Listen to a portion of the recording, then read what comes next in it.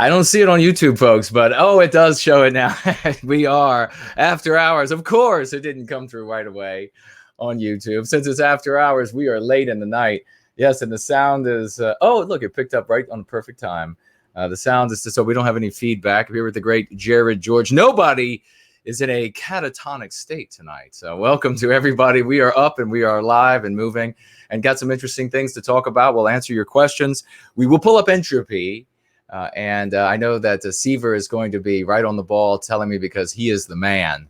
And we deeply appreciate him for all of the work that he does for us here in service to White Wellbeing, coming off a great, absolutely stellar going free this past Sunday as well. There's going to be just a moment of some feedback noise, and then it will be gone. There you go. It is gone. Entropy is now up, and we are going to be talking about a few of the articles that I named in the title today. Sakis, hail to you as well. Hello to everybody that is here today or this evening, wherever you are around the world, whatever time it is for you. It's going to be after hours, no matter what. But how are you doing, Jared? It's after hours somewhere. That's right. We're doing a late night somewhere soon. We'll get one together. You know, I want to give a little challenge to our wonderful community here. And this is, let's see how well you know the new after party setup. So the next tap guest is announced for later this week. Who knows where to go find that? It's not announced on social media yet, mind you, but it is somewhere on our site. So where would you go on our site to see upcoming programming? It's a little quiz. You didn't know there's going to be a quiz tonight, but maybe there'll be prizes. We're the easy teachers, don't worry. But I want to see who in the chat can come up with that first. Where can you find the next tap? It's been announced, the guest, the date, the time. Who's going to be the first person in the chat to tell me who's coming up next on tap later this week? That's my challenge to the audience. Well, we'll see. We'll see who gets over there first. I see White Rider. Buongiorno, mi familia, as well, my friend. And who said that? This chat just left. Somebody said, wow, what a surprise. I guess Jared and I being on here. Let's see. Who has the answer to that? Well, what are your questions tonight, ladies and gentlemen? What's going on? What is going on out there? It shouldn't be too much of a surprise because since we launched the site the last couple of months, we've been doing these Tuesday night check-ins to kind of tell you what's going on and what's coming up. There'll be more activity now that we're getting into our stride in the new year. There was a little bit of a technical glitch. The internet gods were not in our favor again. Jason had messaged me to say, is 9 o'clock good? Because we usually start at 9 or 9:30. And I said, yeah. And he got that message like an hour late for some reason. You know when you send someone a message and on your end it says it just went through and they tell you it got through to me like 2 minutes ago, but it says 54 minutes ago. Well, we had one of those. So Jason was like wondering where I was, started to send out a search party, but because we worry when we don't hear from the other guy. Yes, exactly. We started warming up our horses. Yes, indeed. I had my I had to get my chaps on. We were High about to for head now. out into the wild. No, you didn't have to send a smoke signal. I was okay. We're usually pretty quick with each other. As you could probably imagine, we communicate a lot with all this stuff we do. It's a good thing. And yes, Daughter of Albion last week as well. Speaking of internet hiccups, she was only on for about a good 10 minutes. And she said she felt terrible. And we told her, don't worry, it's happened all the time. Both of us have been kicked off of our own streams.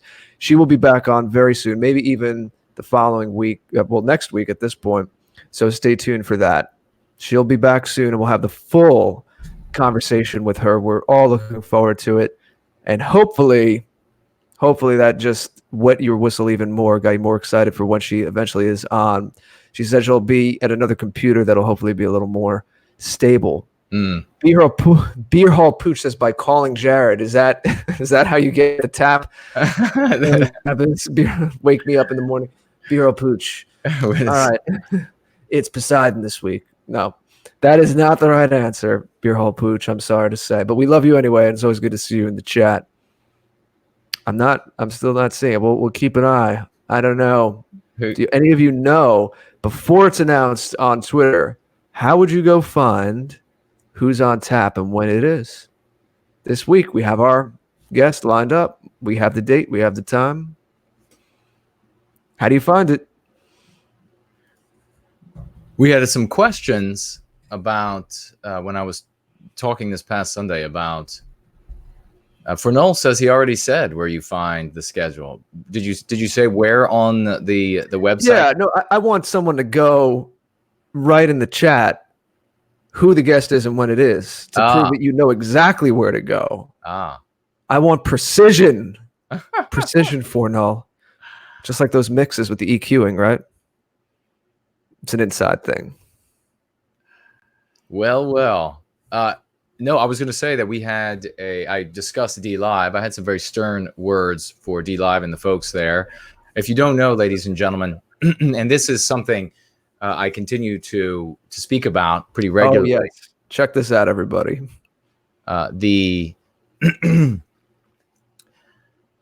We cannot put faith in any person, and this is the one master principle we were talking about on Sunday. We can't put faith in a person, in a ideology, in a political party, in a platform. And a lot of people were putting faith in D Live. They were saying this is going to be the site that is going to replace YouTube. We're going to be censor free over here. Everything is going to be a bed of primroses from here forward. The only thing that we can put faith in is our resilience and our ability to move from one place to the next as necessary to survive and to thrive. That is it. That is the reality that we are in. Never again be one of these people who write me and say, I can't believe another one. I had such hopes for D Live. Don't do this anymore to yourself. You just will make yourself depressed. So what happened with D Live, if you don't know, I'll just summarize. I met all of the requirements for an affiliate partnership with D Live. I showed those requirements and I showed that I had fulfilled those requirements. And I entered the process to become an affiliate, which is the lowest level of partner. Higher levels of partner, like world partner, galactic partner, something, ridiculous. It's made, the platform is really made for retarded, and by retarded, I mean wonderful and brilliant children. And it's really just made for those kind of people. And so you have like world partner and galactic partner or whatever is next. And they trade in these points. They get your real money and then they give you points in return to pass around. And so anyhow, I was in this review process for a long time. And then they finally wrote back to me with this email that I shared with everybody that said, oh, no, White Guilt, you've been rejected. And here are the reasons. And then they left the space blank. They couldn't have made it any more obvious that they do not want those who don't have white guilt on their platform. But it goes even further than that. Anybody who talks at all about the white race in any sort of a positive way is also being censored from their platform. I know that a few of us have gotten through so far. I think Poseidon actually got through, and maybe, I don't know if it's White Art Collective got through, but JF did not. He received the exact same censorial letter or email from D Live that I did. So he is not going to be able to participate on that platform as an affiliate, or therefore not a world galactic partner, grand poobah, whatever they are, golden cone on your head, whatever it might be. He's not going to be able to participate either, because, and it very well might be because this very anti-white Asian person just purchased the platform, and then suddenly there's this immediate change to the way they are doing business. Yeah, so people are asking in the chat, why is so and so on? A lot of people got grandfathered in because they did it right away a couple months ago. Right. So the key bit of information is that the ownership just changed. Yeah, so JF reached out to me today to tell me that he received the same email that I received from D Live, and he doesn't see it. He doesn't see the site continuing as a place that will sustain those who are going to speak out in favor of white well-being, or even anything other than anti-white. If you're heretical at all, they are going to eventually going to begin removing everyone from the platform. So that's yet to be seen. And if we get censored from DLive, then we'll just move to another 2 platforms, and we'll just keep up this cat and mouse game for all eternity until the anti-whites run out of gas and give up, because we are surely not going to give up. Our love for our people is much deeper and has much greater stamina than their hatred for us. So that is the news on DLive. Their cancer spreads. BitChute is fundraising, and part of their new plan is to enable live streaming, from what I understand. Yes, that would be another platform we'd be able to get on. It looks like Reptile said the walruses are fighting our progress at DLive. That's right, the pink-haired walruses over there, just like the ones we have over here on YouTube. You know, when I was a kid, I thought walruses were hysterical. It was one of those random humor type young boy things. Teenage, me and my friends would imagine walrus characters, and now it's like all of that was prophetic. Now we're actually talking about walruses, and I'm an adult. The walruses have never left. I have to say, just as an aside, totally unrelated, sort of tangential. Well, that's what After Hours is about. That's right. More of a tangent. So go ahead. I had a wonderful lady send me a link to a video about a sea lion, a baby sea lion. This is magnificent. Perhaps I think I will tweet this. Maybe after the show, I will tweet this. A wonderful baby sea lion. There was a boat with a family on it, and probably somewhere in California, I don't know. And a small boat, and not a rowboat, like a small fishing boat. And this baby sea lion swims up to the boat all by himself, swims under the boat, and checking him out, and then comes on the boat. He boards the boat, and the family is kind of taken aback, and he meanders up on the deck and looks around and checking things out, and then he finds himself a seat, one bench seat, and he discovers that, boy, it's got a nice cushion on it, so he likes that, and then cozies right in. I see JT is here. Great to see you, brother.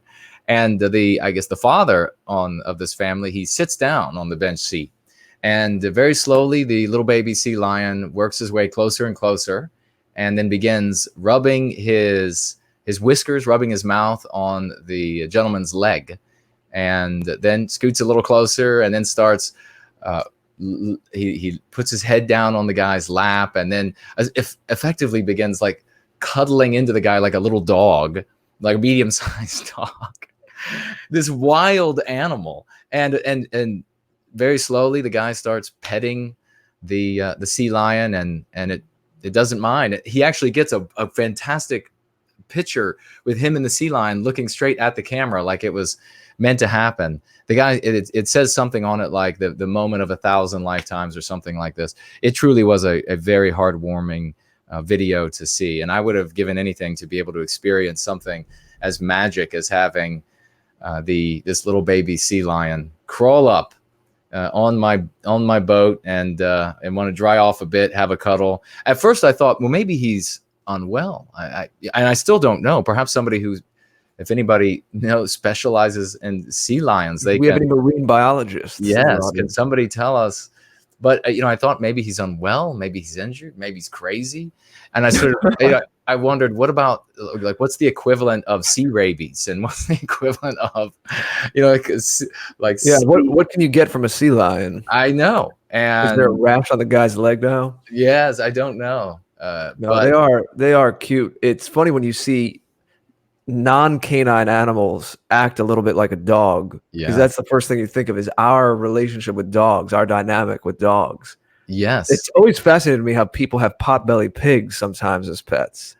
I know that. I've always been curious about that, and apparently they're great. Well, no, I don't think. I see Eric over here says asking about the sea lions. I think it was old enough to be on its own. I don't think it was so young that it needed the mother and the mother's milk to survive. It was big enough. It was the size of like a small medium dog. So I think it was plenty agile enough and old enough to be on its own. And I guess the only thing I can imagine is that, you see these pylons out in the water, and the sea lions, they climb up on them, they rest, they kind of are droop all over each other. And so I guess maybe the only thing I can imagine, and this is where I am a rational thinker rather than, unfortunately, most of our people who want to anthropomorphize and give the thing thoughts that it doesn't actually have, which I think takes something away from the real magic that's there, because what it's thinking and able to think is what's truly beautiful, not some ridiculous human thought. So I think that it's not capable of. I think that, it probably sees this boat as some sort of one of these pylons, one of these water anchored things, and as a place to rest. And then it sees these other things up there that aren't trying to kill it, that they must be resting too. That's how its mind must be working it. Like, they must get in the water like me, and they must be just resting on it like I would. And I guess then it climbed up, and then since the people weren't aggressive, that it felt like, well, it's just like the other sea lions, and I can just go cuddle right in. That's the only thing I can imagine. I would have my wife that was there. He had his wife there. So if I was him, I would definitely have had her on the phone to SeaWorld or whatever, find out, do we need to do something for this little guy? Do we need to run? If the parents showed up, maybe. Right. Do we need to jump out of the boat? But I saw some people laughing about the sea rabies. Yeah, I really thought, what's the equivalent of sea rabies? Because if he has it, I don't want to get bitten by him. The dad did the right thing. He didn't let his children get close to it, because those things have a mouthful of teeth, and you don't know what it's going to do. And so if it were to work on him a little bit, he needs the 76 stitches or whatever it is, then that'd be one thing. But the little ones, you can't let that. Even as much as I know they wanted to pet it, but you don't know. Yeah. Is there a debate tonight? Isn't there a Democrat debate tonight? There is, and that's folks. why. If you don't want to imbibe in that, you come here and you get these stream of conscious conversations with us hanging out. You can tune all that out. And actually, it looks like Fornull got it. He was first, and then Son and Rad was there. It's actually, this was funny. It was just updated before the show, and I guess it had to. I had to update the page again. So I apologize. It was partially on me. Fornell went to the right page, but for a minute there, the guest was not there. But you do go to the Watch Live Now page where you can watch. We're there right now. You can watch via Entropy. But there's some information at the top of the Watch Live Now page before you scroll down to the embedded Entropy window. And that includes upcoming shows. Lo and behold, we're doing a late one on Friday night. We're not doing Thursday. Schedule made it so that we have to do 10:30 Eastern time on Friday night. So we're going to have a little Friday night party with Annika Skywalker. That should be very interesting for everyone. So mark your calendars. That's the next one. But keep in mind, if you didn't know, the Watch Live Now page on the afterparty.tv is where you go to see some upcoming programming. So it looks like Fornull, our man, was the guy who got the right answer. I'm keeping an eye on the chat, so I apologize if there was someone else before Fornull, but I think it was Fornull who was there first and knew to go to the Watch Live Now page on the afterparty.tv. Well done. We will have the trophy in the mail as soon as we can. Mrs. Jess Horst showing up with $24.99. Thank you, dear friend and wonderful woman. Good evening, gentlemen. Well, a good evening to you as well. Thank you for being here and for being a participant in service to White Wellbeing, a very active participant, improving yourself and her family, and here with all of us all the time. And we dearly appreciate you for your service to White Wellbeing. So thank you. And we had Justin Lee is asking about sea lions to come on your boat on the East Coast. And I guess they're on the East Coast as well, sea lions. I think, is it sea lions have ears, I think, that stick out? I all have ears, but I don't know. And then the seals don't have. They're kind of more tucked away. Oh, I don't know the technical differences between sea lions and where are our marine biologists? So what's important, Jared, and it's a great segue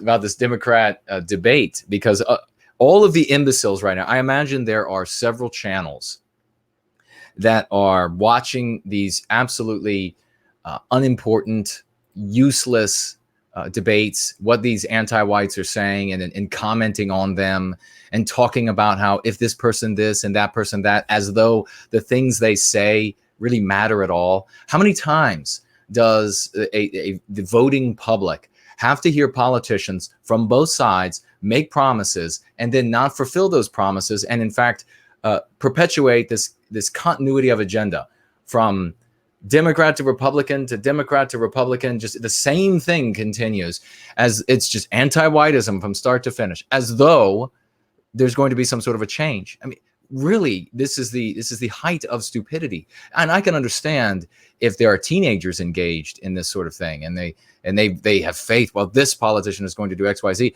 and then they didn't have somebody who cared about them tell them the truth about the world. Maybe a lot of these white ignorant parents out there, the only race dumb enough to say, let's let our kids figure it out. We won't tell them about the world. Let's just let them figure it out. Yeah, when the daughter figures it out as she's being gang raped at university, and then she never tells you because of the trauma, but then she commits suicide a couple of years later.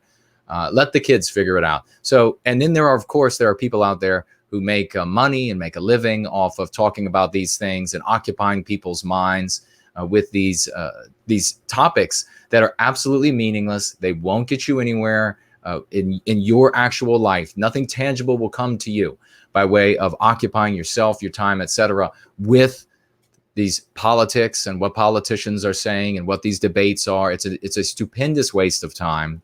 So by being here with us, talking about service to white well-being and things that are truly valuable, you are the ones who are doing the work.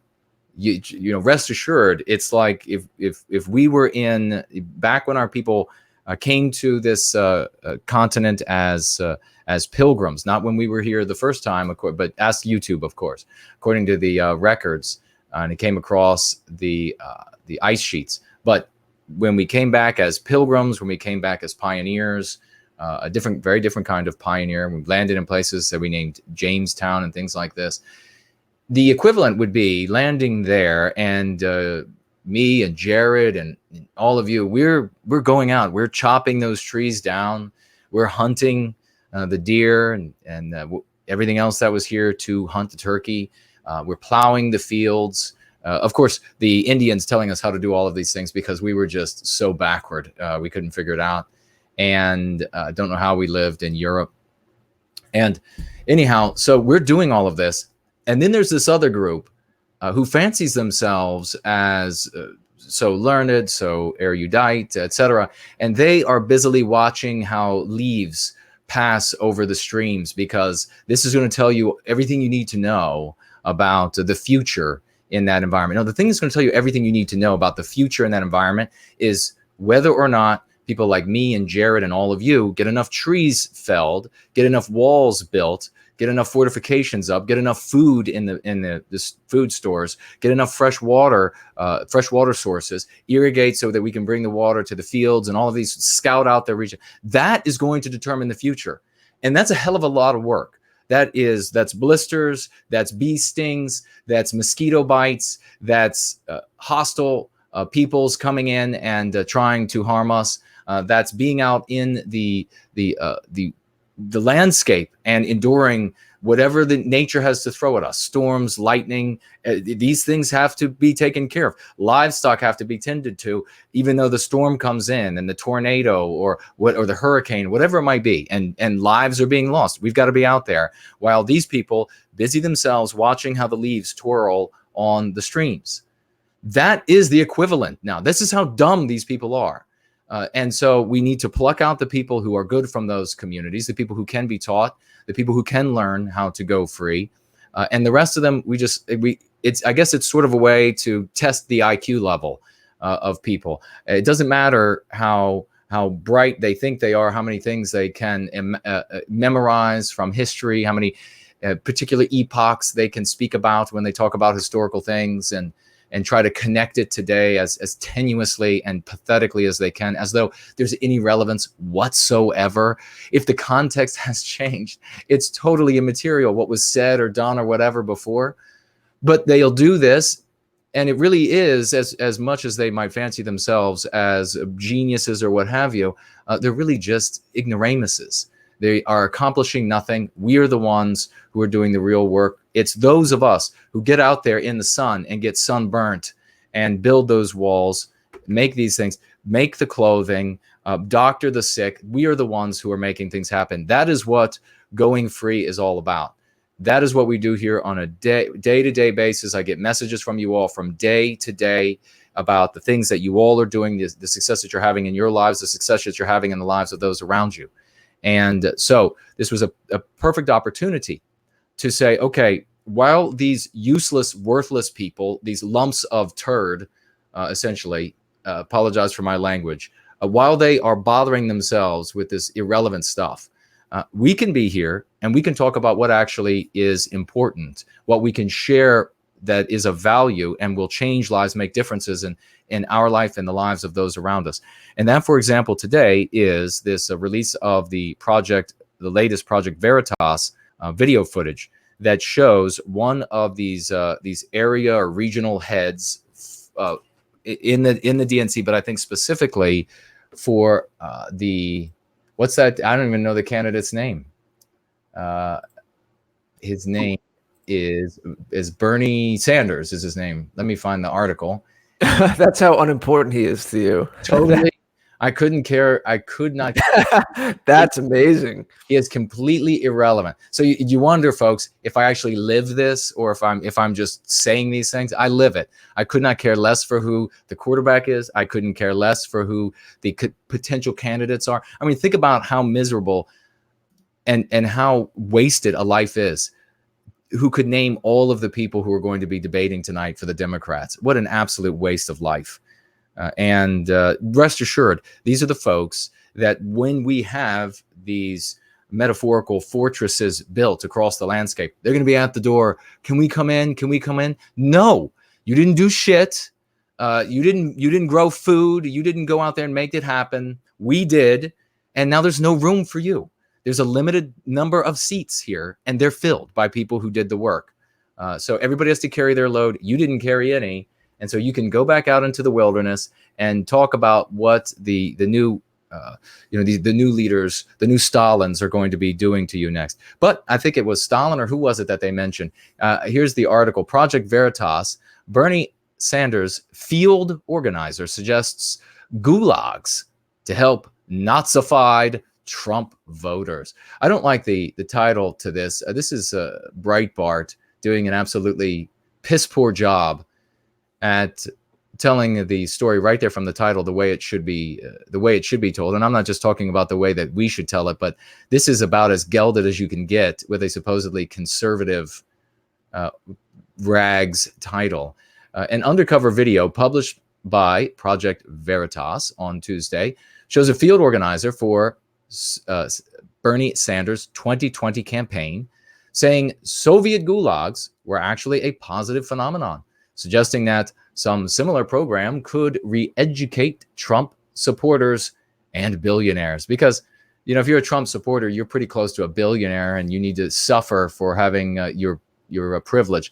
And of course, what the anti-white is saying, and this is what the decoding, this is what we're talking about here that's so important. What I tweeted about this is the real story. I'll read through this. The real story about this, though, is, first of all, of course, the anti-whites who are going to call themselves by names like liberal, progressive, Democrat, we don't call them by the names of their taking. Of course, they are going to say, well, this is just one person. He is a nobody. First of all, Project Veritas is not going to just talk to a nobody. So they're talking to somebody who is in connection with somebody who is somebody passing orders down, or somebody who is handing orders out, and probably both in this case. But secondly, the story here, and of course, these people at Veritas, they're going to miss it or be afraid to say it. And Breitbart, of course, they're not going to say it, is that this is what the anti-whites talk like. This is what is acceptable for them when they have their conversations. These sorts of goals, these sorts of means to these goals, these objectives, all of this is normal conversation for them. And since he's talking to someone new, people he does not know as well, remember, the anti-white, just like all of you out there, are going to select no matter what the subject matter is, the words you use based on the audience you're speaking to and your desire to persuade them or not. So this anti-white is not going to say to them, well, what we really want to do is white erase white people from this civilization. He's going to be taking his audience into consideration, how well he knows them. What have they said? Have they said something that already gives him the signal that he can be as real and as truthful? So he's saying these things in a way that he knows that he's speaking to someone who's already anti-white, but to what degree, not exactly sure, or people. The video begins with Project Veritas journalists asking an individual identified as Sanders organizer Kyle Jarek or Urick. We're just calling him Jerk. How's that? As Kyle Jerk. If MAGA people could be, if MAGA people could be re-educated if Sanders wins the White House. Quote, "We got to try," Jerk replies. In Nazi Germany, after the fall of the Nazi Party, there was a shit ton of the populace that was effing Nazified. Of course, he says the word, but I only go so far when I get angry, since I know that we have ladies and potentially children listening.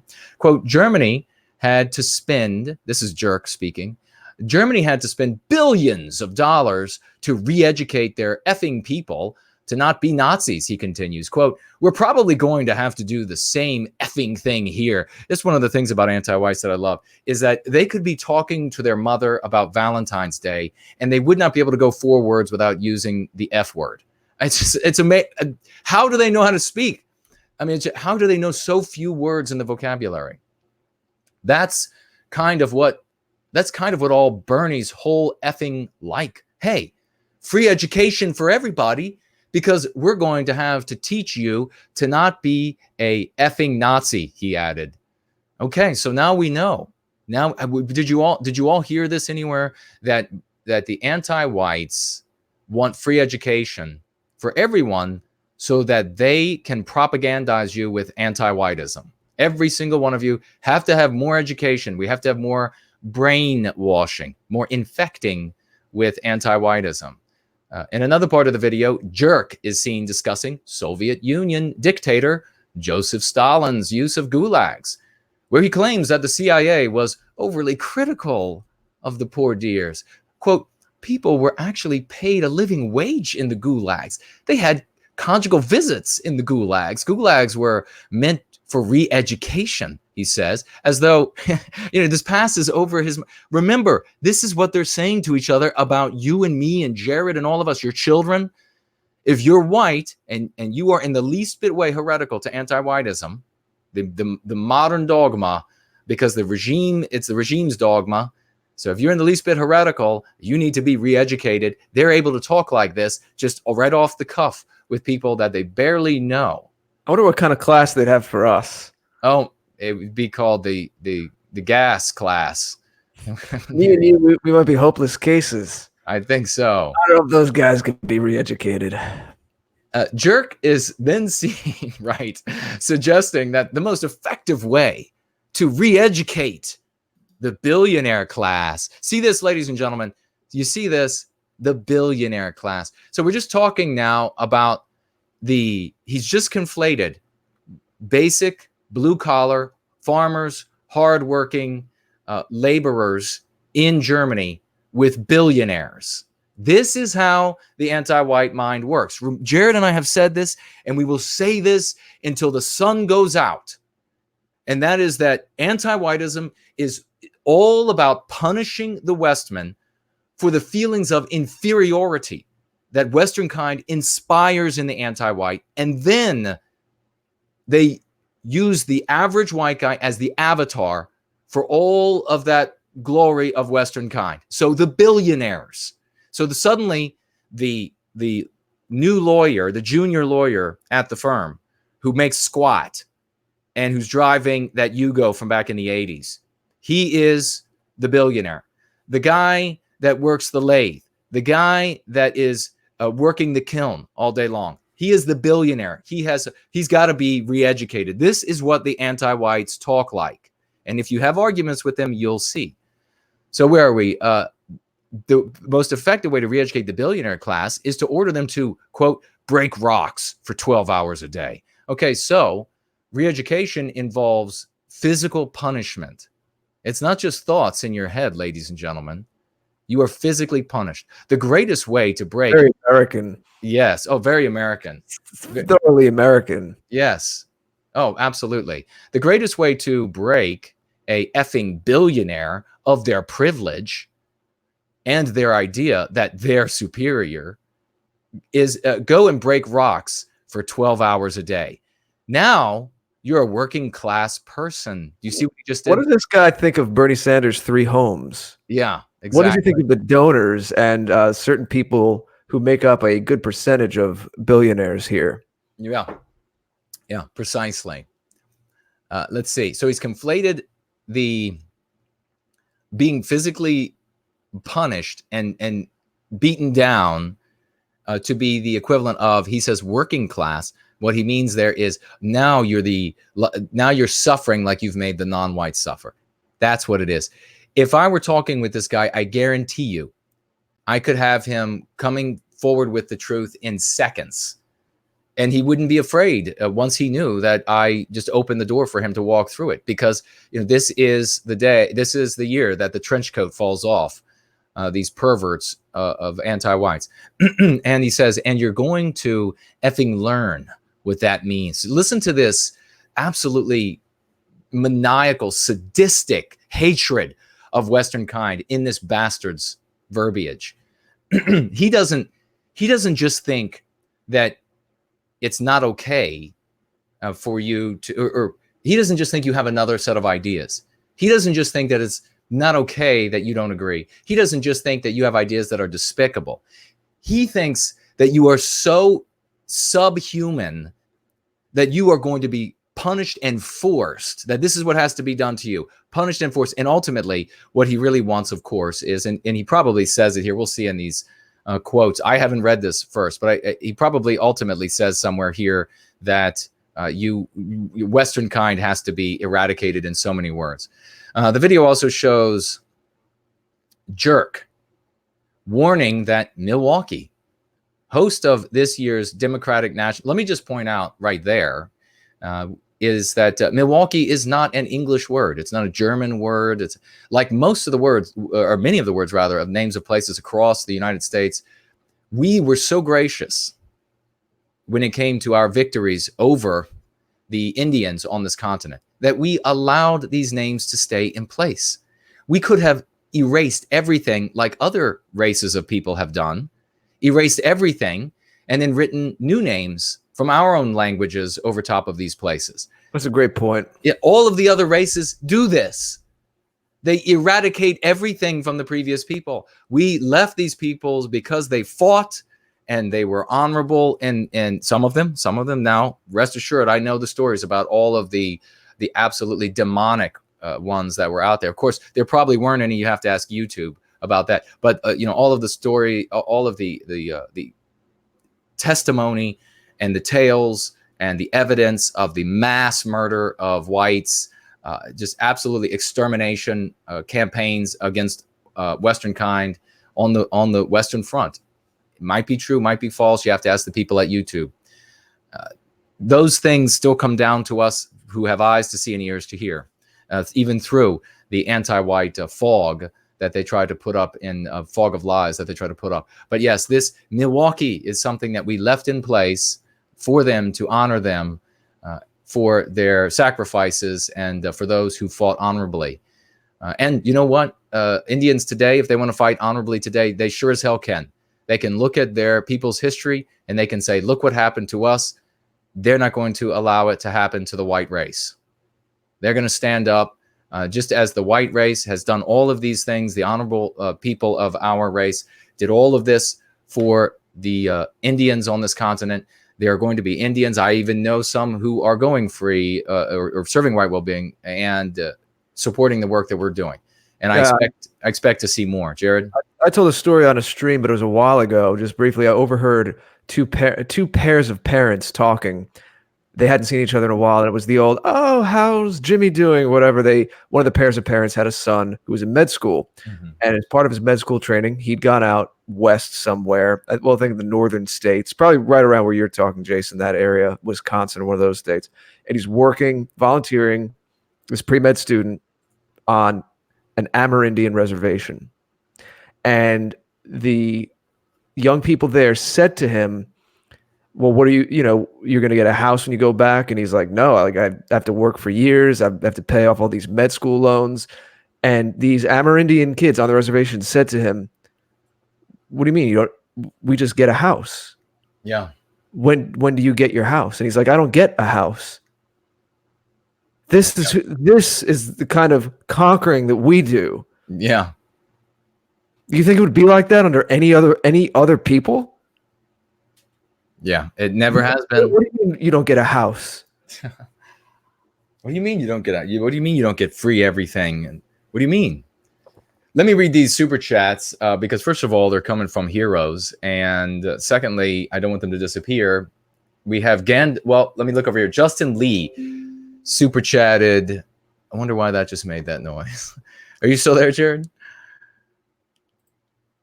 Yes, I am. I know that noise I haven't heard before. Yes, I don't. All these phones and computers open. Sometimes I hear beeps that I don't recognize. Yes, concerning. I think we're okay still. Maybe that's the beep, meaning that the Bernie Sanders people are watching us now. Well, probably so. Probably These this guys jerk. are high on the list. If Bernie gets in office, you guys might not see us anymore. Well, I tell you, it'll be a loud conclusion. Justin Lee.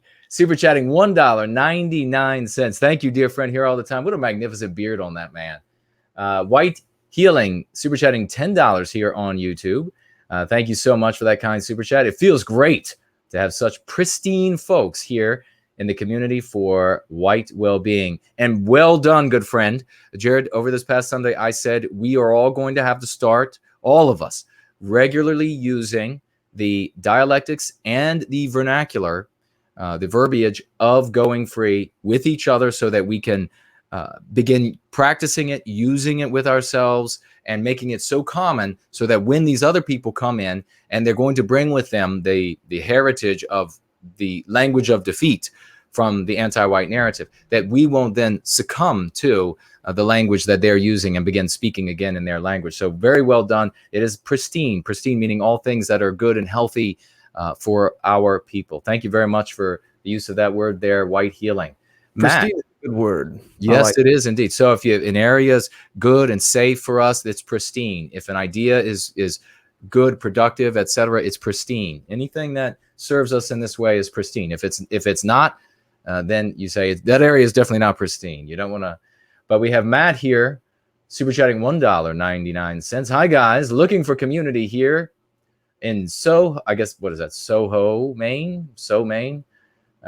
Great to see you. Thank you very much for the super chat and your good words there. And hopefully you'll be able to find some local folks to hang out with. But remember, ladies and gentlemen, whether it's by way of something on your own, whether it's by way of someone you meet on Nat Connect or someone you meet talking here on the live chat, it is all up to you.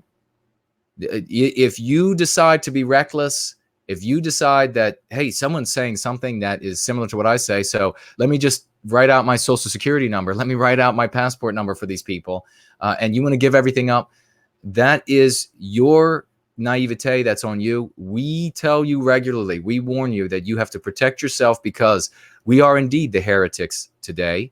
And just because somebody is saying the same things as we say doesn't mean that they are a trustworthy person yet, that they mean what they say. I mean, you do not end up in a conversation with someone. You have, first of all, you have to be this. This is not, you have to be service to white well-being. You have to be going free. This is not a cloak you put on for everyone else to see. This is who you are. So there can never be a scenario where someone from this community makes friends with somebody, wherever it might be and wherever it might happen, then they go meet them in person, and then they have a private conversation and they begin saying very ugly things from past eras that have failed, something despicable, racial epithets or something like this, and then you're being videotaped the whole time, just the same way that Project Veritas is doing this. You're being audio videotaped, and then they're going to go post that and say, well,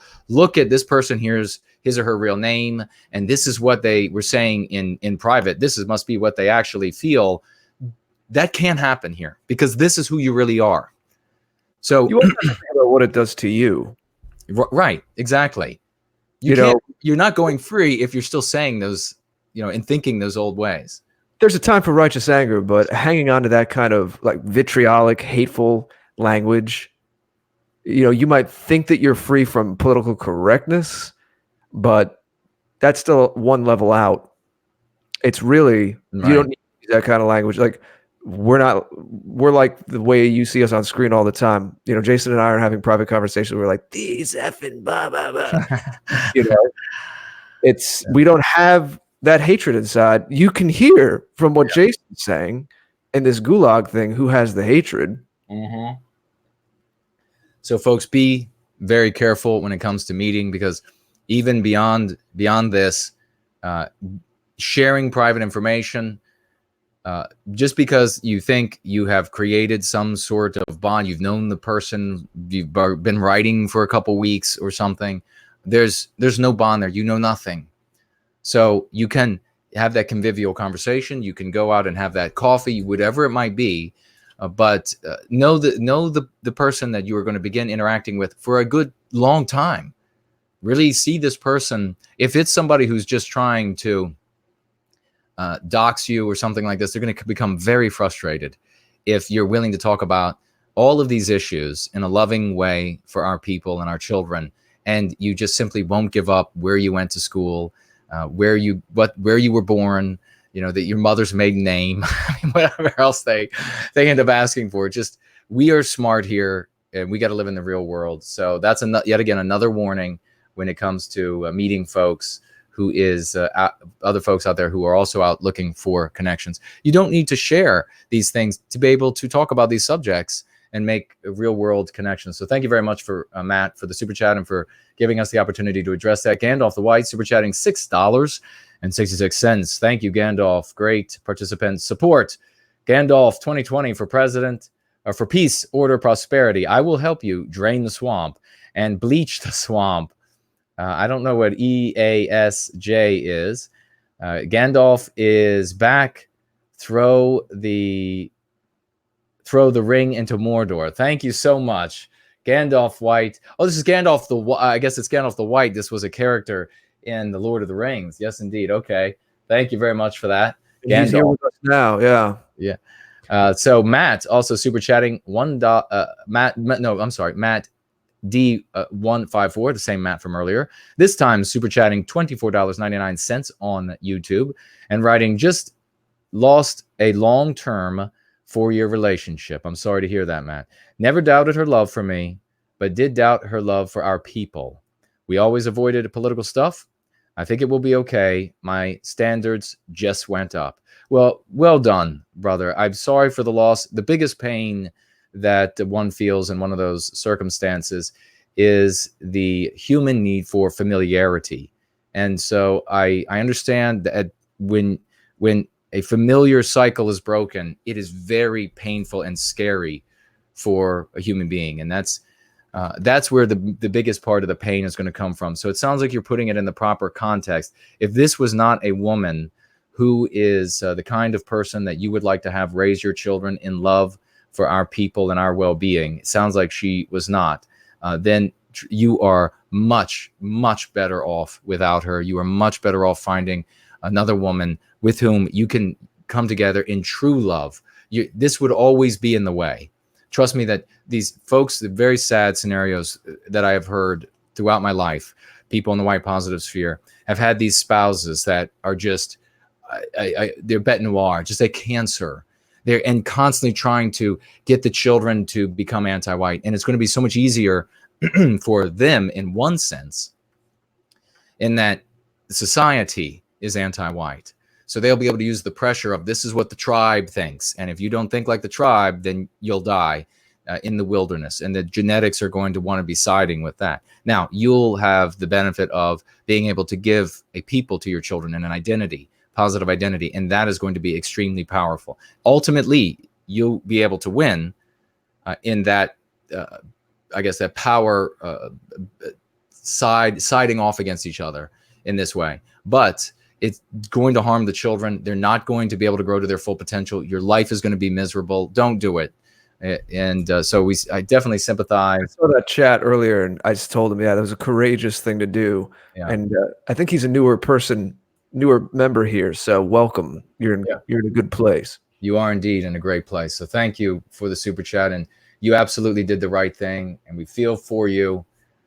And that feeling of the lack of familiarity, and also there's the I guess it's the sorrow that accompanies the acknowledgement of work in building another relationship, getting to know someone else. When you feel that, though, focus on the positives of getting to know someone new, of being out there, and just imagine meeting that next woman, and you're going to have to go through a few. The odds that you'll meet the next one, the best one next, is pretty slim. But think about the positive things that when you find out that either she's amenable to all of our ideas right away, or some right away, or she's already somewhat on board, and the way that you two can grow together, there's going to be nothing that is going to be more empowering. Rest assured, ladies and gentlemen, we are men and women of course, of all humanity, but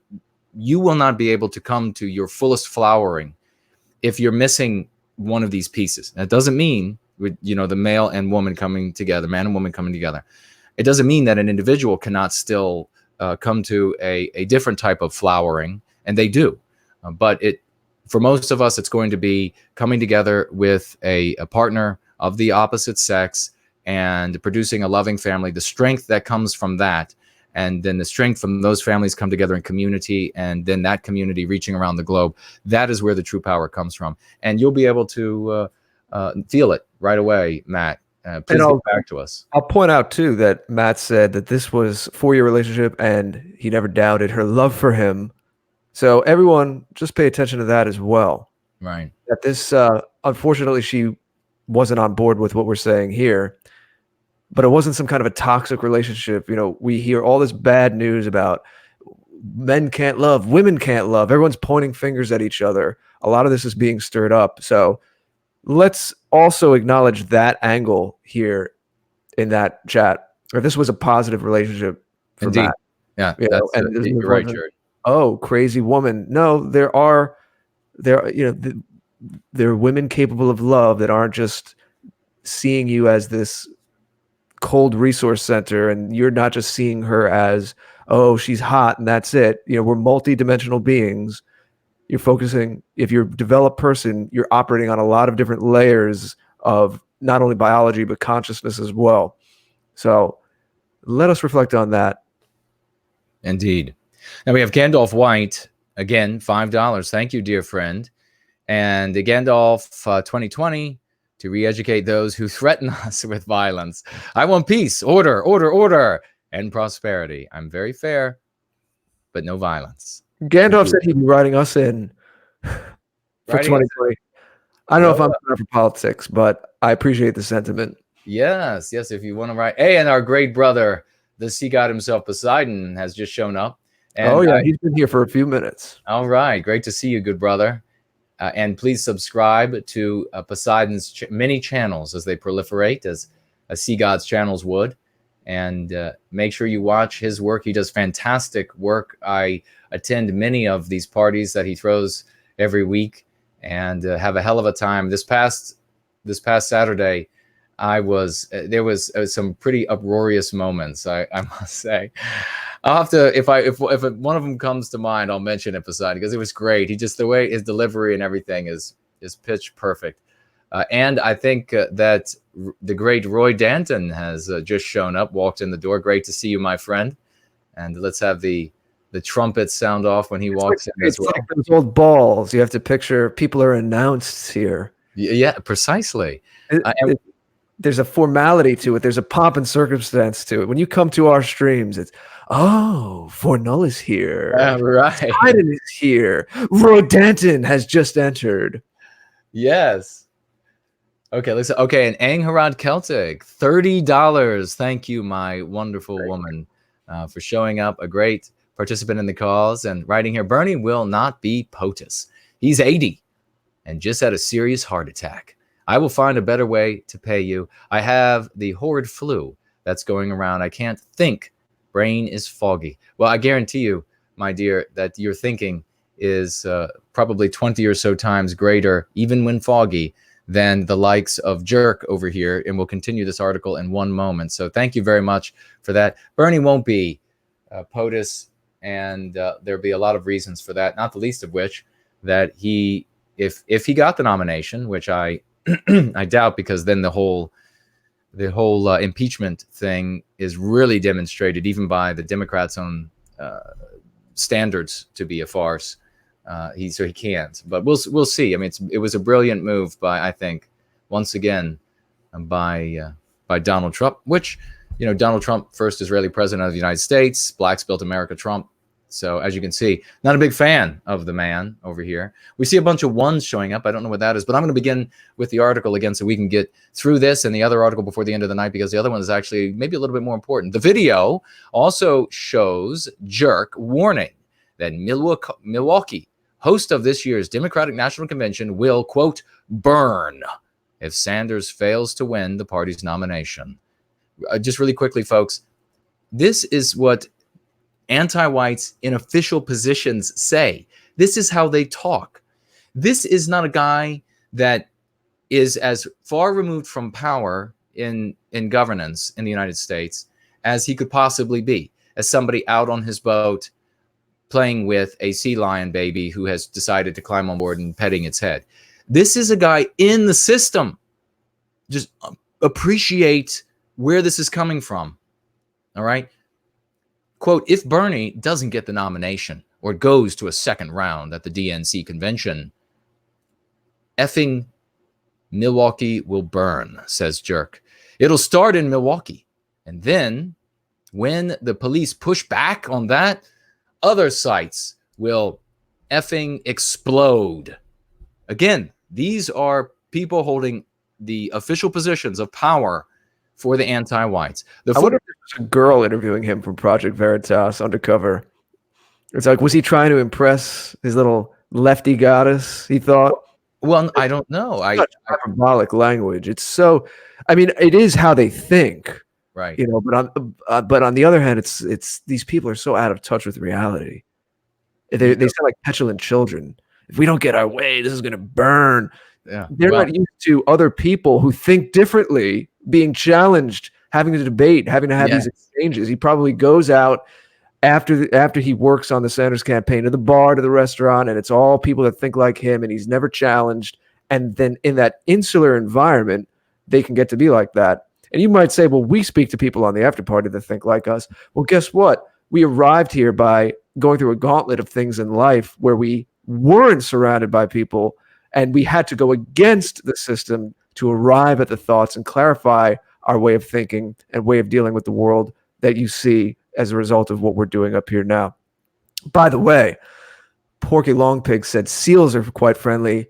Do not mess with sea lions. That was a chat from earlier. So I guess it was a seal on that boat for that story you told. Sea lions are more aggressive, at least according. But this was a baby, or it was a juvenile, I guess. No, I guess I should maybe say, or cub. It was a little more innocent. I should I should use the proper language. A cub, is that what they're called? But it had the ears that were protruding. So if somebody knows the difference, I'm probably wrong, but I thought the sea lion has those.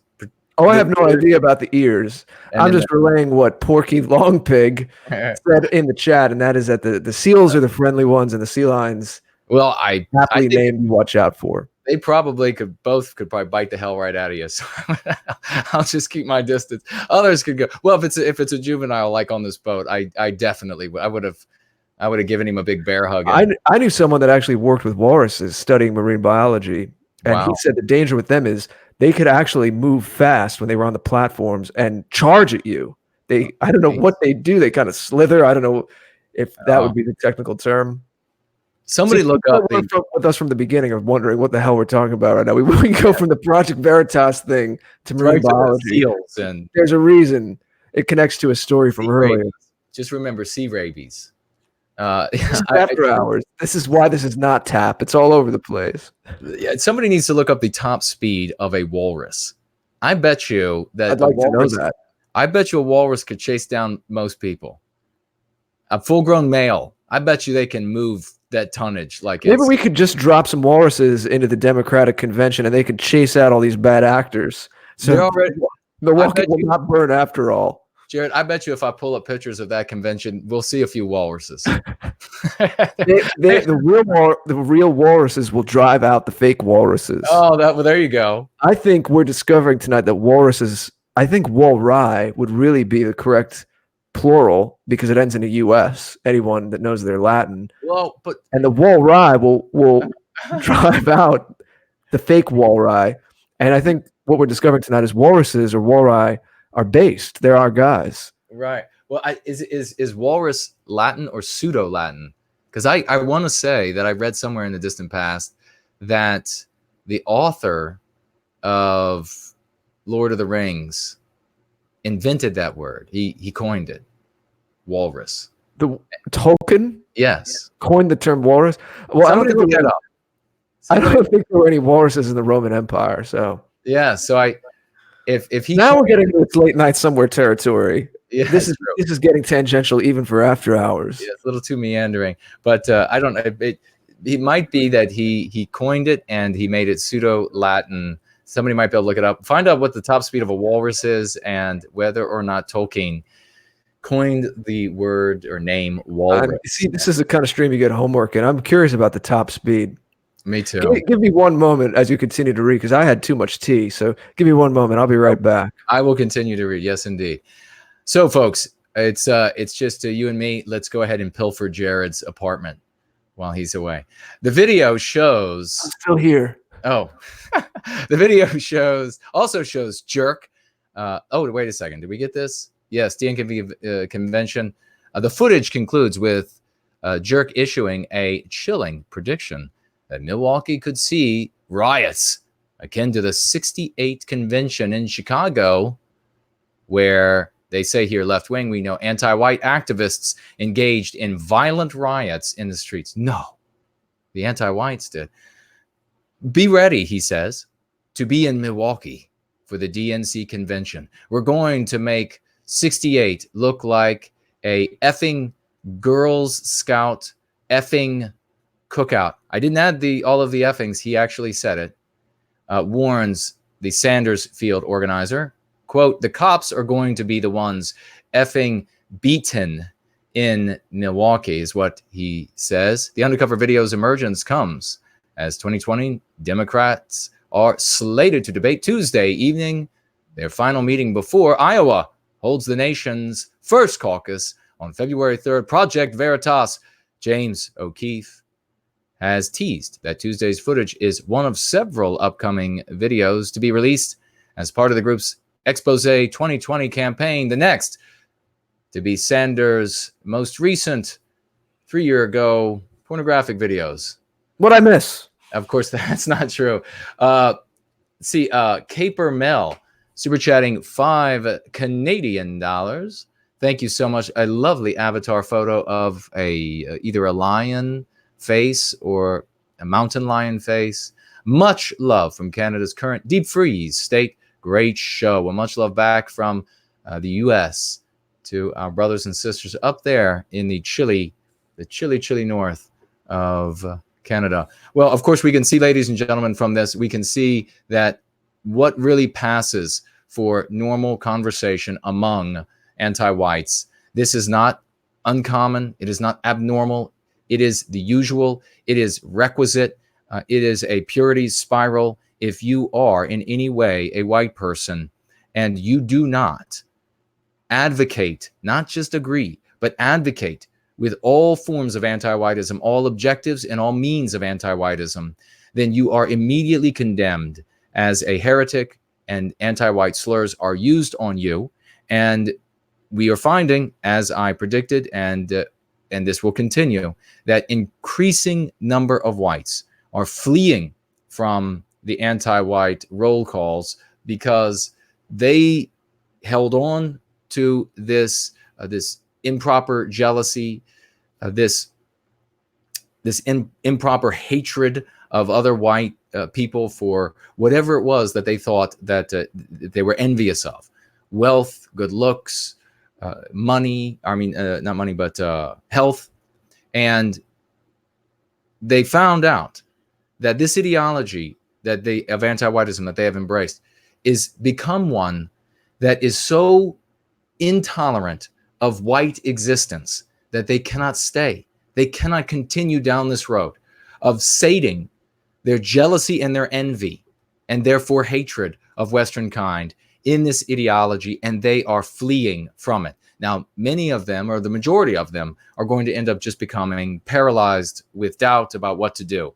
And it's going to take them a long time before they finally realize that, wait a second, it's not going to matter, or they're not realizing, but accepting that it's not going to matter if they say that they hate white people as much as some other anti-white, that they too are going to be held guilty for nothing more than the body that they are in, the essence of who and what they are, their biospirit. They will end up in those gulags. So they are going to be coming slowly, but in increasing numbers, to the ranks of those who are serving white well-being and going free, if for no other reason, as I said on Sunday, that many of these people are energized types of folks.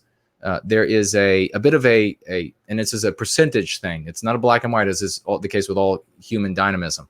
But there is a percentage issue where there are those who are motivated to get involved and to take steps against those that they feel are, making them feel inferior, Western kind, making them feel inferior. That doctrine, those ideas are going to draw more people, a greater percentage of people who are active, whereas those who want things to remain, those who the safety that we have to not get any less, that is going to, at least that is going to draw a far greater percentage of those who are more likely to talk about it and not get active in the streets. But we are really sifting out for those who are going to be indolent and talk about politics all day, maybe over right now with some other content producer watching the debate and talking endlessly about what each candidate could do and whether they will get in office. Those people are the do-nothings, and we're sifting them out. We're sifting out the folks here that are going to pass out leaflets, going to go on blogs, going to fix themselves and fix those around them. So this is a great place to be and the best time to be here. And that is what is going on with Project Veritas and the reality of what the anti-whites want. Of course, we never call them by the names they take, like so many others, the names they want us to give them. So let's jump over really quickly, Jared, before we miss Edgar Allan Pohl over here on Entropy. Thank you very much for super chatting on Entropy. $10, dear friend. Great participant in the service to white well-being. A personal kipping rule. This is fantastic, Jared. We talked this weekend about kipping, keep it Promethean, and using this vocabulary. A personal kipping rule I adopted for myself. Don't ever reference anti-white media. Our history and mythology has plenty of stories, and our creativity has infinitely more. Beautifully said and very well done working, kipping in. We were just talking about that, as I say. Edgar, magnificent. Thank you for the super chat. And we also have Ohesian Outlaw, didn't write anything, but made a grand statement to the anti-whites with a $10 super chat over here on Entropy. Thank you, dear friend. No questions on the Entropy widget yet. But Jared, any thoughts? And we will move on to this story, this just absolutely disgusting story. I titled it, I think, something like what's the kid's name? Wilson, against this drag queen who calls himself Diamond Goodrim. How absolutely disgusting. But before we move into that, any thought? Well, I just see right now, I see great Mrs. Jess Horst here, super chatting $9.99 yet again. Thank you, dear woman. I find it so disturbing how many people are speaking about violence publicly with no repercussions. It is in your face, Anti-white, in your face, anti-conservative. It is indeed. Thank you very much for those powerful words, true words as well. This is what happens when you have people who have been given carte blanche, when you give the dregs of society. And you should never confuse the anti-whites with heroic people in any way, fighting for a cause they believe in. That's not what you're up against. You are up against monsters.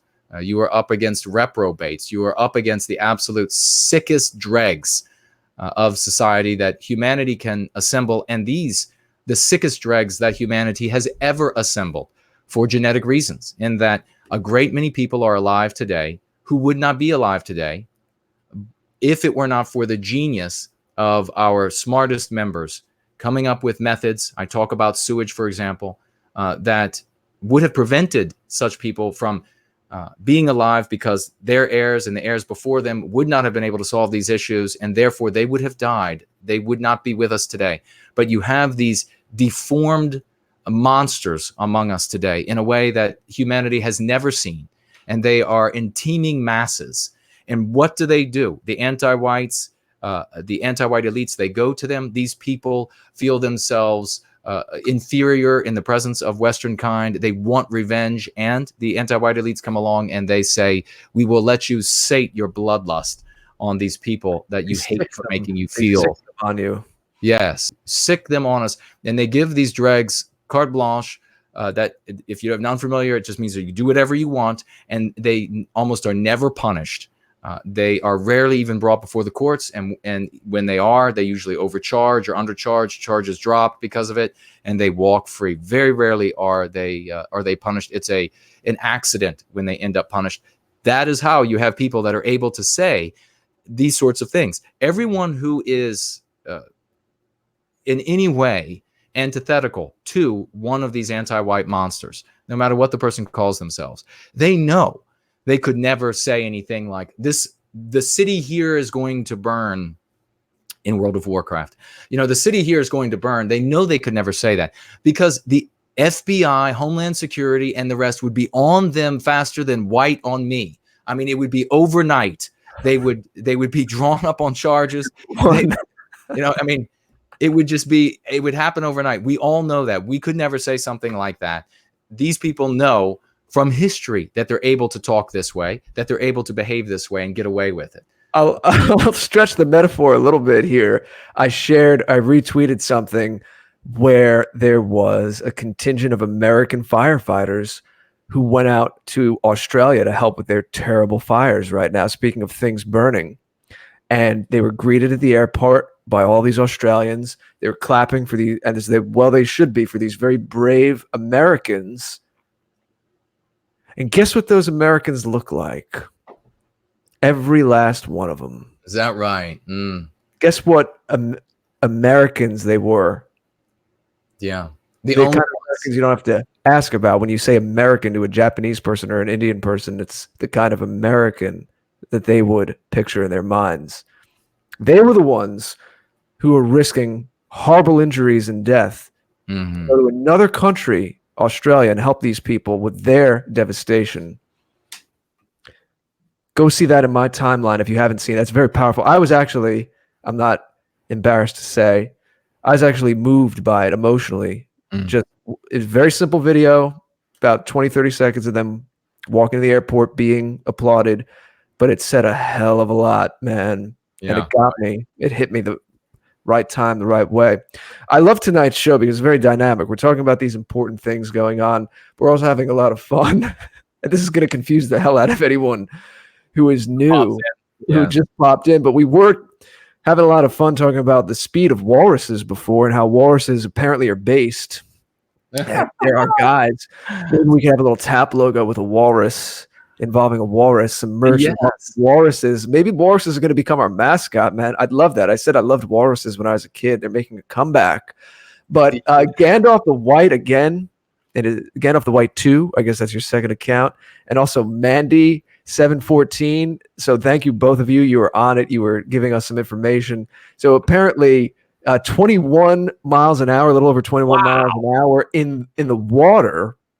They're slower on land. They go up to the land to sleep to the beach, but a little over 4 miles an hour. But I guess the Oh, that's marine biologist I knew was saying that they could charge you. I guess they don't move too fast, but you still have to get out of the way so they don't pin you against anything because of all that girth and that weight.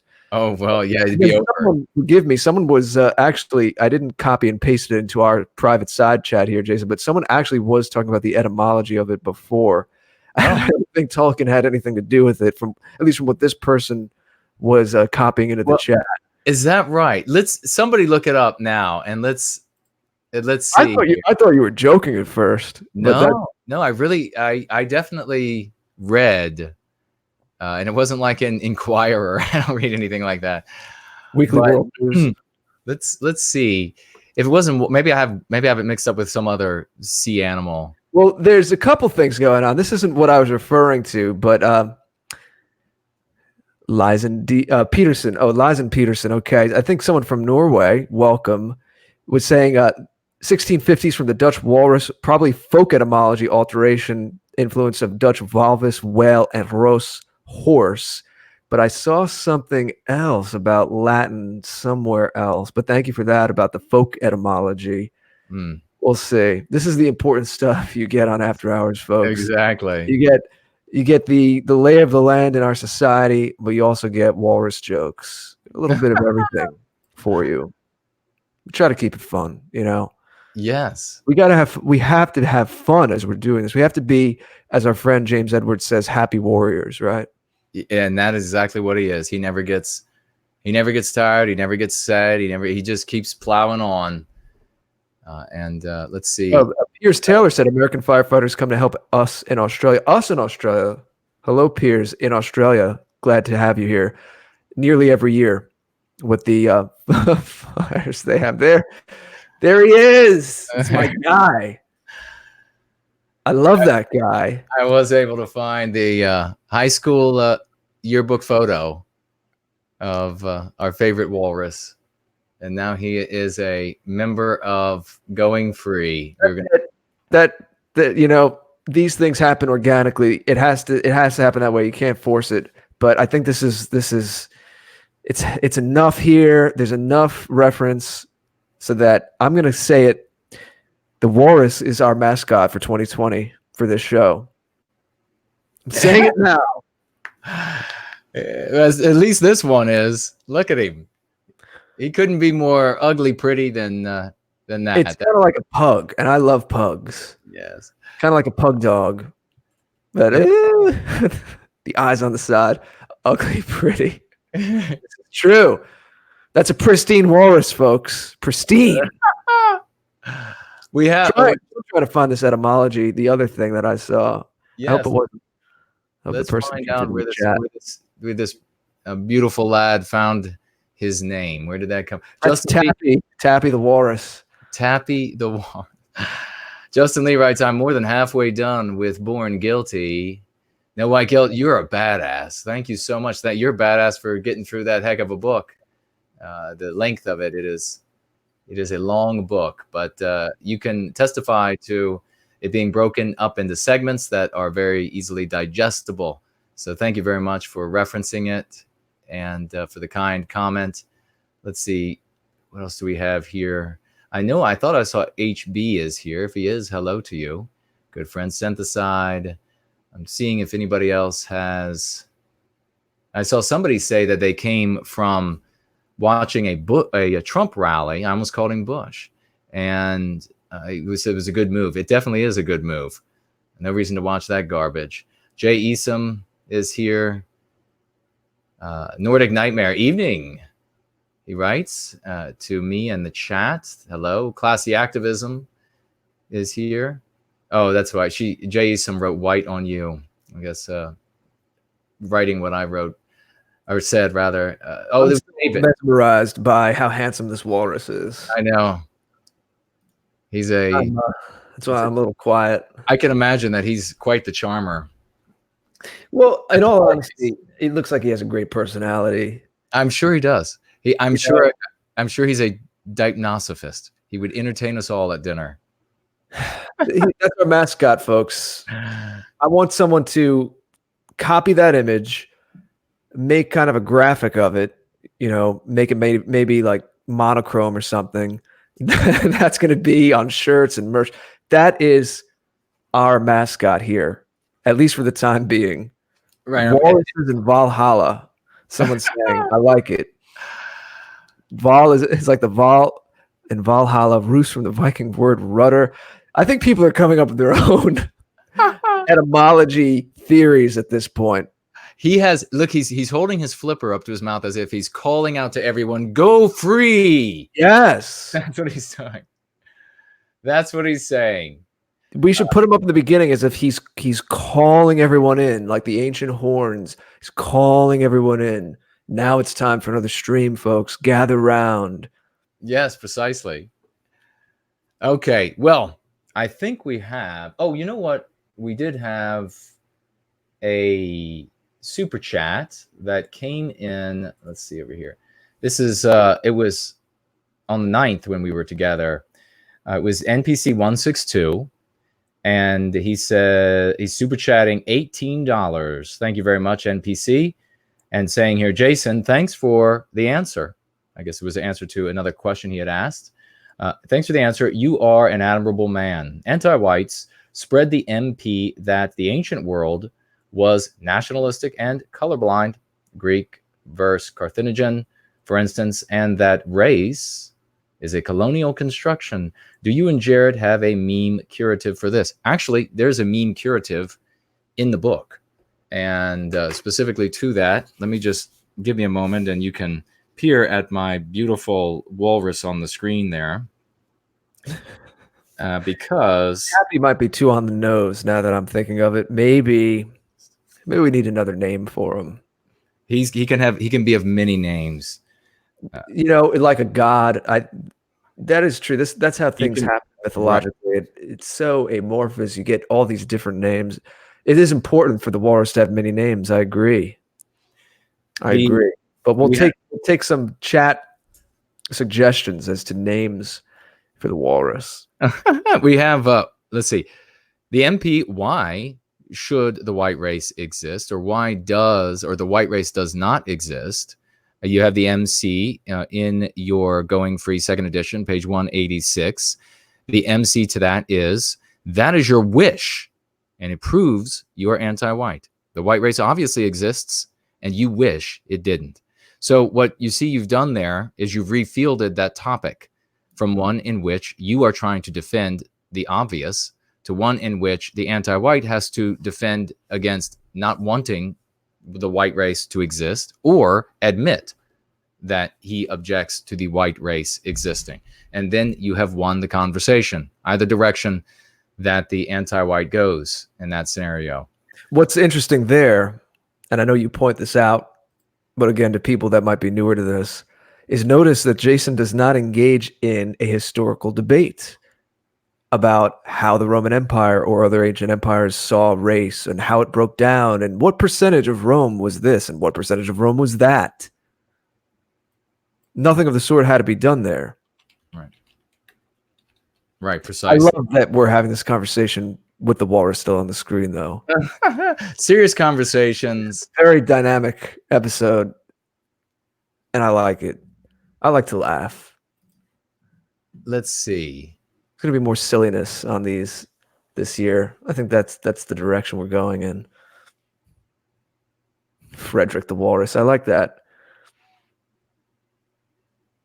He's still here, everybody. He's still here. I just pulled up the name Walrus, and I'm looking to see if Tolkien was the one who actually assembled, or it was a different animal that he named, a popular animal that he named. You know, this is starting to ring a bell a bit more, but it might have been for another animal.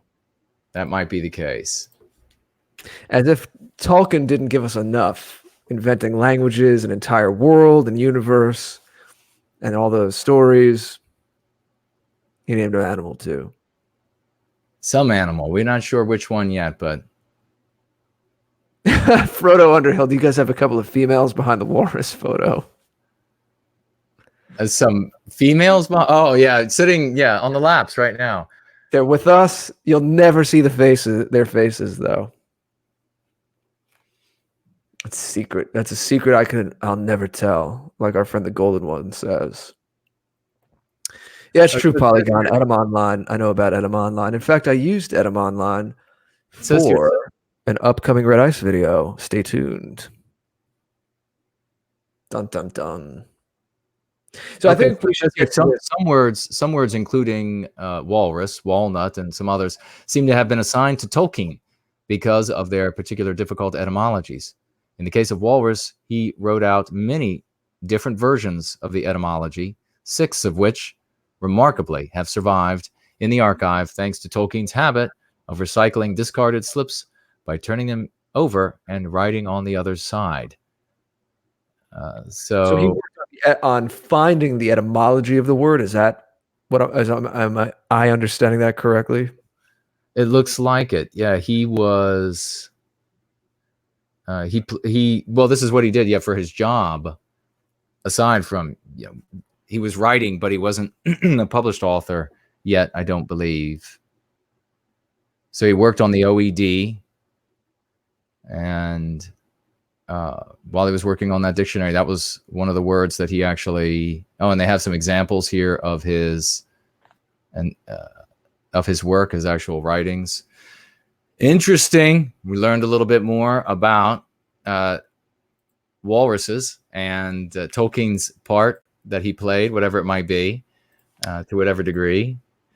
Angor Celtic suggested Welly the walrus. I had a children's book when I was a kid called Walpole about a walrus. We have Farm Master Flex super chatting $2. F for the northern white rhino. Thank you very much for that. Is it the white rhino or the black rhino that is facing extinction? Rising tides, the new. Well, if you said F, wait, let me look this up. Does that mean there's none left? I'll look this up as you look at the other super chats. All right. This is just a comment. The new organization and flow in the appendix of Go Free is really well done. There's a lot of gold there. Well, thank you so much, Rising Tides. And the credit goes to an unspoken individual who did a lot of help there. So a big thank you to that individual. I'll pass it right along. But thank you for that. Andre Boston super chatting $2. Thank you very much. That walrus is, I'm guessing, cool. It's the face with the glasses on it and the kind of a sly sideways smile that I'll do from time to time. Send Aside says, good day. Good day to you as well. And HB is here. He says, hello. So wonderful to see you, good friend. And what a remarkable thing it is when we do come together. There's something across our different national barriers, or sometimes across our different languages in Western kind. It's really there's something about it that is tugs and is an emotional thing, I think, for everybody that has a spirit at all in them.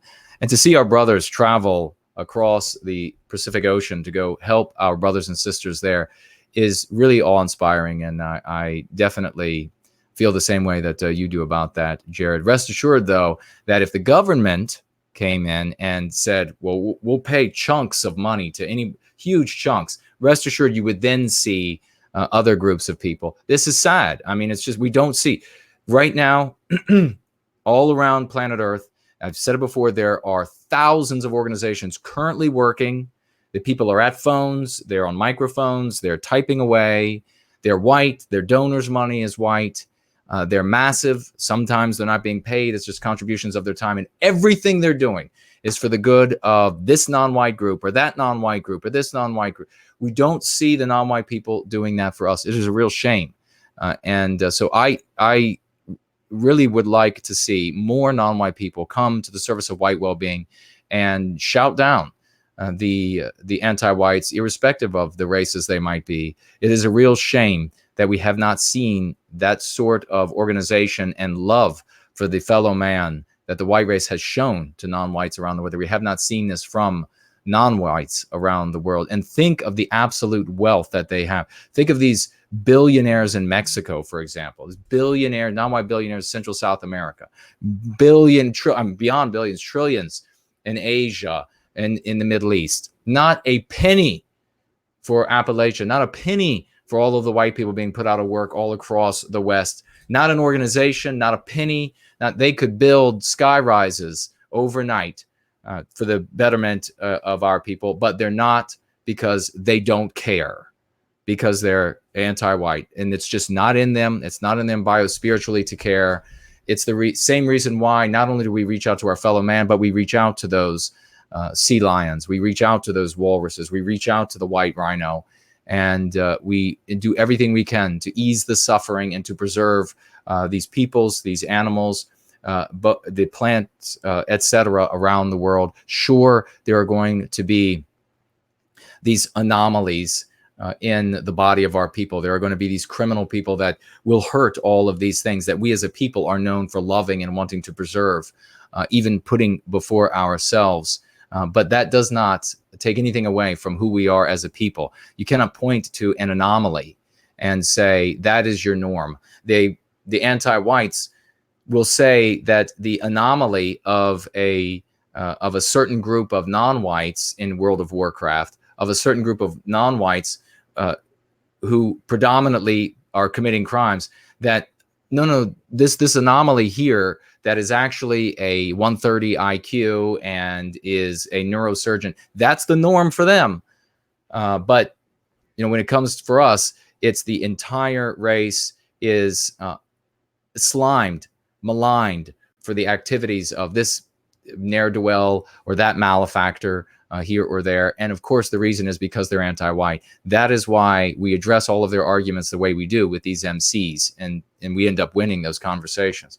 So, Jared, did you find anything about the white rhino? If yes or no, we'll hear it and then start with this grief over death of young Wilson Gavin after drag queen protest. Yeah, why don't we get to that? The rhino, I could only find what I already knew, and that there's not too many left, and it's a dire situation. But I didn't see any recent news about them being officially declared extinct or anything like that, thankfully.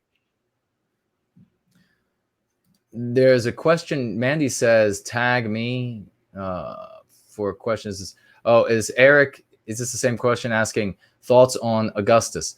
I don't know what's going on with him. I understand that he was arrested, and I guess it was a week or a couple weeks ago now, and the charges of something like kidnapping, and so I don't know.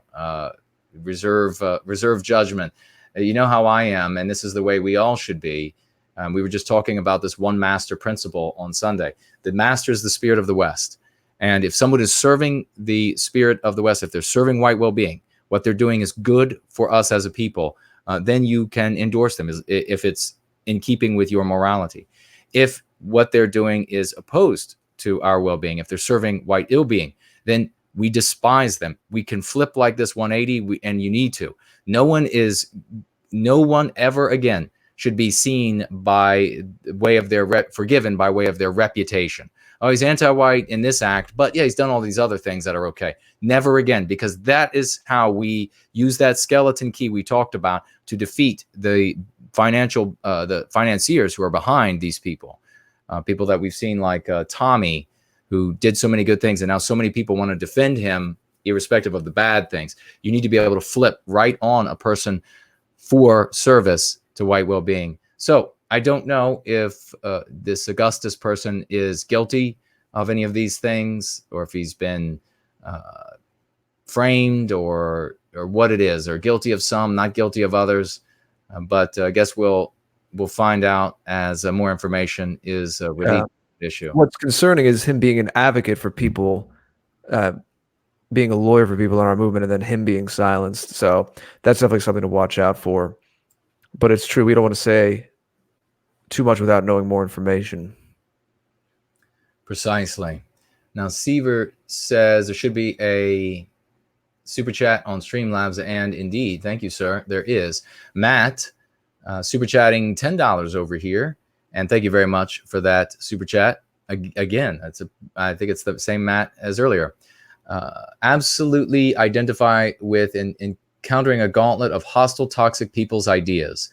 I went to art school in the early 2000s and believed in challenging conversation, but I learned about you say you wrote here anti-whiteness. Now we use anti-whiteism, brother. I learned about anti-whiteism early. Noel Ignatiev was my history professor. Oh my God. Oh my God. Wait, who is the history professor? Ignatiev, the Oh man, of human waste that from Harvard. Yeah, all condolences to his son. anti-white and just died recently. Yes, piece of waste. And of course, the reason why, and thank you for writing this, Matt, and with the super chat. Thank you so much. The reason why, because it also gives me an opportunity to talk about whiteness. We don't use, and I'll just briefly say, we'll get onto the story and then we're going to wrap tonight. Jared and I both have work to do for the cause. And that is that whiteness, first of all, aesthetically, it is grotesque. If they are anti-whiteness, then that means that ipso facto, we are for whiteness. And whiteness is something you need to get antibiotics for, I'm pretty sure. So you don't want to use something that is a name that is just disgusting sounding. But next thing is that's their word. Whiteness means white people and simultaneously oppression. And so it's Noel's little trick. And of course, Noel was never a real professor. He couldn't even hold a regular job. He just ran in circles with other anti-whites in groups that called themselves communists and this type and that type of communist. And so he was saying all the right things. The fellow anti-whites at Harvard said, they know this guy, let's bring him up. Let's just make him a doctor, make him a professor. And so it was just handed to him on a platter without work, and didn't finish university, dropped out of university because he couldn't finish it the first time. But magically, he becomes a professor at Harvard overnight. And then, of course, that title as professor and doctor, et cetera, went with his just absolutely acerbic anti-white writings, and will continue to do so, and will be continued to taught at other universities and high schools across this country and across all of our Western countries, because it's going to be riding under the sail of a professor of Harvard, and that's going to convey dignity, legitimacy, etc. And he was using this. Whiteness now has been used in law. It's used in corporate codes, and in every case, it means white and oppression, white people and oppression. And so, if you are for whiteness, using their word, their verbiage, then that means that you are for white people and oppressing non-white people. And none of us here are for that. We are absolutely not for whiteness. So thank you, Matt, for another super chat. And thank you very much for those words. And what a shocking revelation to actually have somebody in our community who had to suffer through this horned and hoofed monster, anti-white monster. We would love if you could email one or both of us if you have any juicy tidbits from those classes. Oh, I can get into that more, maybe on another after hours. That would be great. I can't dub all of thee in the chat honorary doctorates of White Wellbeing. Here, I'm conferring it on you. They can do it. We could do it. We have a great question here from White Pilling Worldwide, writing, is it okay to use the Betsy Ross flag or Confederate flag, or are they old symbols? The answer is not terribly difficult. I, of course, love I'm a Southerner, a very proud Virginian. So all of that heritage and history is very important to me. Now, would I bring those symbols out into public? Why don't I have them hanging here behind me on the wall, for example? Well, the reason why is that the average vague white brother and sister out there, when they see that, the vast majority of them are going to associate a collection of ideas that have nothing to do with that symbol, nothing whatever to do with it. Because in the anti-white narrative, the narrative they live by, it is the definition of that symbol. When it comes to the Betsy Ross flag, it's a little bit more, or let me rephrase it, it's less known. So they have not been able to as thoroughly conflate the Betsy Ross flag with this litany of horrific acts, thoughts, etc. So the problem with the Betsy Ross flag is, though, that the anti-whites in government have added the flag to their list of symbols to watch. So if you are out with your group, whatever it might be, and you all are serving White Wellbeing and you put the Betsy Ross flag up, you're probably not going to really say much to the average vague brother or sister out there. They're going to think that you are having some sort of, I don't know, maybe historical event. And that's something that you don't necessarily want to do either. You don't want to be throwing back, looking backwards. We are moving forward through these rough seas. But you will, if law enforcement sees the flag, Betsy Ross flag, they will write down your plates. They're going to write down all the info that they can get on you. They'll pull you up on the schemats, and you're going to get put on one of their lists. So if you like the Betsy Ross flag, you like the Confederate flags, hang them up of places in reverence in your home, and make sure that you honor them where they will receive the definition that they deserve, rather than the definition the anti-whites want to give to them. And at the same time, you'll help keep you off some of those naughty lists that the U.S. government and others are keeping now. Justin Lee super chatted $1.99 here on YouTube. 17 caliber for the Groundhogs Gophers. Well, I mean, I didn't have anything particular in mind, but he's talking about my comedy book, ladies and gentlemen. It's a comedy, damn it. And you, if you would like to pick that up, it is available as in print as well as a Kindle on Amazon. You can also get it directly from me at NoWhiteGuilt.com, and I will, or NoWhiteGuiltCollectibles.com, and I will sign it for you as well. Okay, Mandy was saying I was answering the right question, so thank you for that. Let's make sure the walrus flag doesn't get on that hate list. Yeah. I don't think there's anything that we could do that. That's the thing, is that we have to become, and we have to be, as I was saying, like protein or like water. We have to be able to fluidly move out of one moment and area into another moment and area, and then where and when we can become solid and move mountains, then we do it. So thank you for those great questions, folks. Let's get into this grief over death of, this is The Guardian rag, where some talentless anti-white typist has typed away here for the anti-whites. And keep in mind that whenever you look at anything from the regime's media, you're always getting the anti-white narrative, always. Because if you are a talentless typist there, or a newsreader, and you don't give that, then you're just fired. Grief over death of young Wilson Gavin after drag queen protest. Friends and opponents alike have expressed their grief after the death of Wilson Gavin, the leader of a right-wing student club at the University of Queensland, who died one day after leading a protest at a drag queen story time event in a Brisbane library. Gavin, the president of the university's Liberal National Club. Now, this is interesting.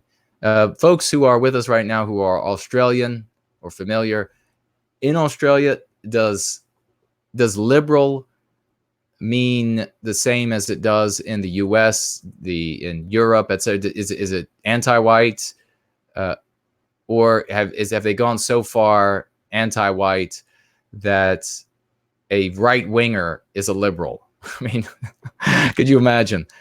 Okay, so Liberal National Club is believed to have taken his own life in the early hours of Monday morning after videos of the protest went viral online at the weekend. In the video, Gavin and a number of other protesters are seen yelling, quote, "Drag queens are not for kids." How dare they shout such a thing? And two performers at the Brisbane Square Library. The club's Facebook page was inundated with comments in opposition to the protesters' action. Do you see the work there by the talentless typist, someone by the name of Taylor, typing away, trying to convince you that have that little genetic switch get flipped inside of you that says, oh, you don't want to think these thoughts. You don't want to disagree with drag queen story time. It's Little popular. babies. Yeah, because then you'll be thrown out of the tribe and you'll die in the wilderness. So a little bit of propaganda there. And the group was condemned by other students and federal MPs. I like that, the MP. I know what it means there, but it perfectly matches with mean pathogen, including the Brisbane Liberal National Party MP, Trevor Evans. I'm shaking. And the LNP councillor, Vicky Howard. I bet someone like Vicky Howard sounds like a real anti-white filth. I bet she is. Gavin's death was confirmed on Monday morning. His friend Drew Pavlou, also a UK senator, said on Twitter, Wilson was, quote, at his core, a very decent and kind person that cared for others.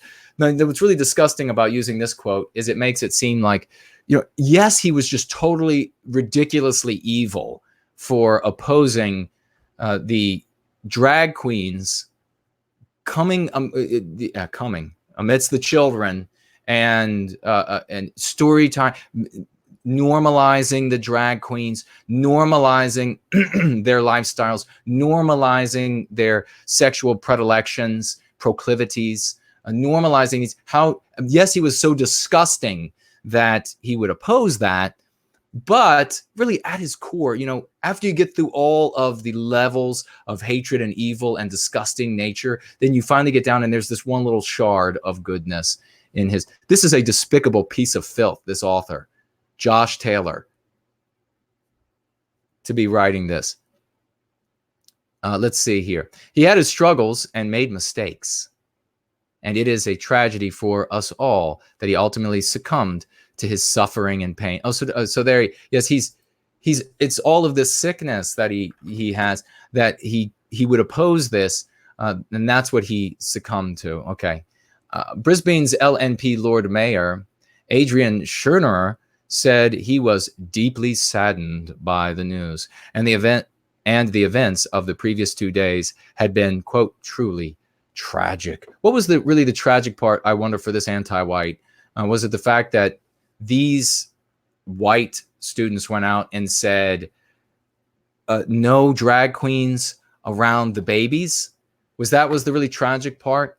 Was it truly tragic that this particular guy, this Wilson, is a homosexual, an open homosexual, and is opposing this? What's the truly tragic part?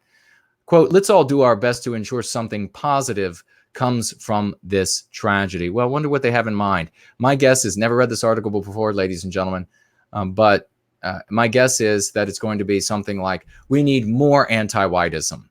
We need more anti-whiteism, and that's the only way to make sure that this young man, this Wilson's young man, his life is remembered and has had value to it.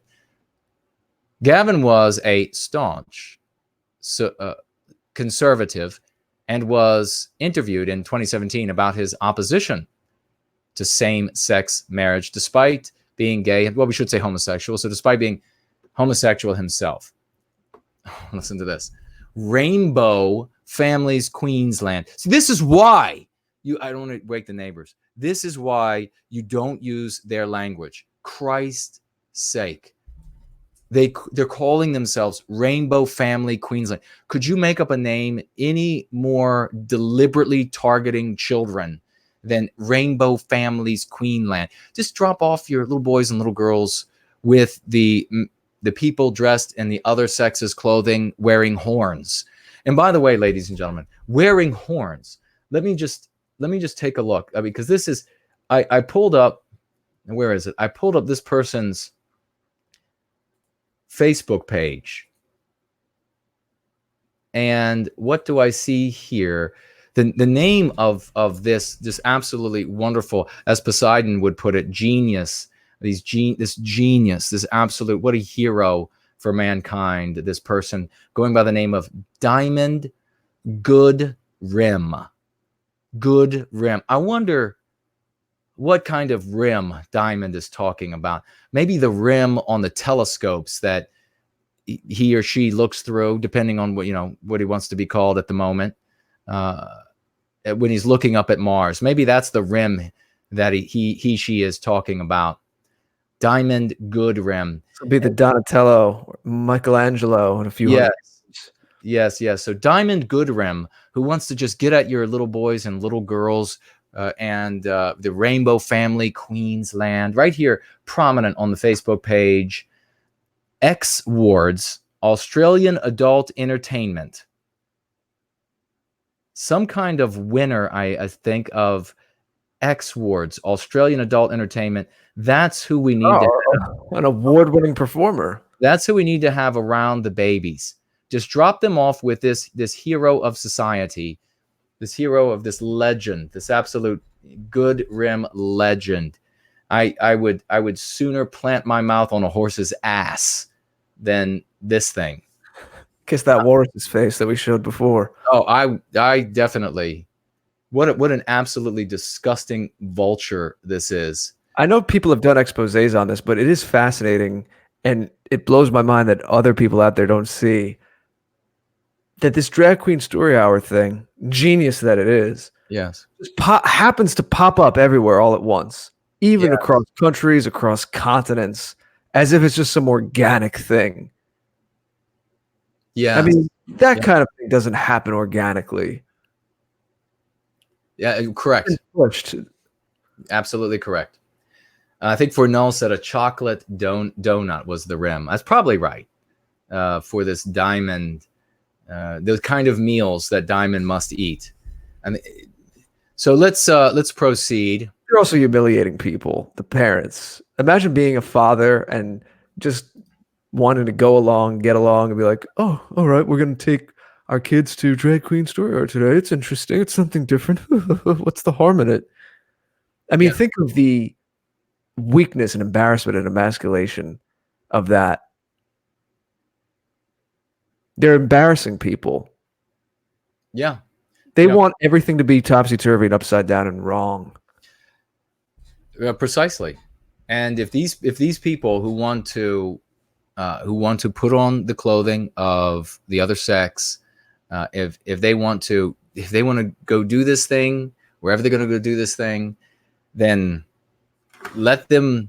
They can go do it wherever they can go be the heroes that they are someplace else, and more power to them in their own private scenarios. Stay away from the animals, stay away from the children, and you can do your thing there, and we'll have no issues. And we'll continue to call you a hero. Rising Tides. What do you think about Devin Stack being censored on Amazon? Are you secure in your works on such an anti-white platform? I get that he can be a bit edgy. Well, Rising Tides, thank you for the question. Very briefly, I will say, I mean, I think the title of the book was something like Rope Day of something like this. And that would be enough. You have to appreciate that dumb people are sitting down and they're just looking, and they're going to say, well, what do I see here? How many complaints? Well, obviously this must mean X, Y, or Z. And that's how it happens. So secure on it? No, we're not secure anywhere. I mean, we're talking earlier in this show about the only thing we can have faith in is our ability to, bob and weave and dodge and survive and then to thrive. None of these platforms are secure. There are no more fortresses in the world. There is only faith in us to make decisions, to keep moving forward, and to have to get onto a platform and then leave that platform when it becomes necessary to do so for our survival and our well-being. So we're going to take this hero right here, this particular hero, Diamond Good Rim. And I'll say for the all of the folks who are listening at Google that we're talking about Diamond Good Rim. We're not talking about every single cross-dressing wonderful person out there on planet Earth. We're talking about Diamond Good Rim, a particular individual, and we will proceed. And you will see why we don't like Diamond Good Rim, because somebody came out to oppose this, and very passionately, and abiding by the law, as far as I can tell, or at least the standards of decency. objected to this behavior. And let's see what we have here. Rainbow Families Queensland, which organized the library event. And we can also say that we really despise this Rainbow Families Queensland. We need to crowdsource in the chat a new name for them. Yes, the LGBTQ plus people were at high risk of suicide, which is why it promoted programs such as Safe School and Drag Storytime. How despicable is that? How absolutely despicable is that?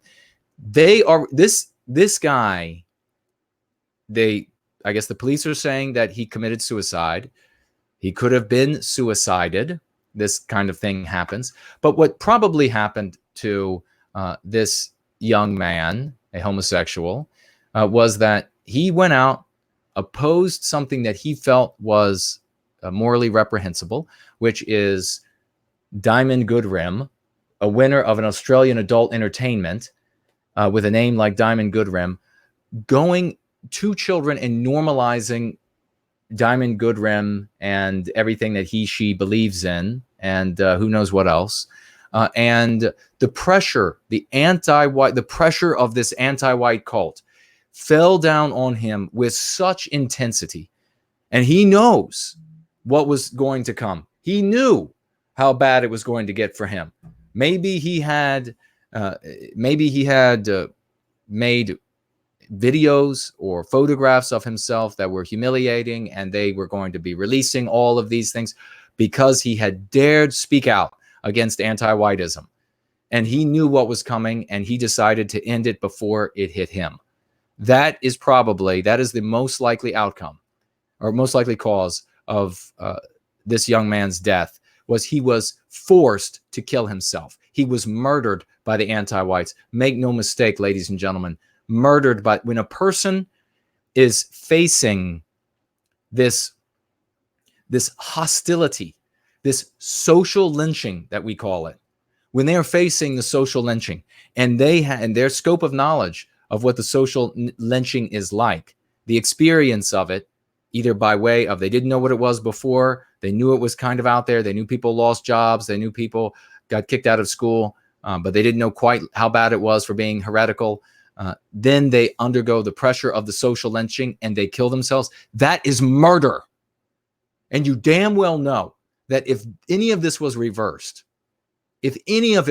one jot, they would be saying that Jared George and Jason Kerner and all of you are responsible for this poor little anti-white person, whatever the race may be or whatever clothing they might like to wear, that these people are responsible because this person killed themselves, because they had negative thoughts, because they were calling their employers. So it's all their fault. It's murder.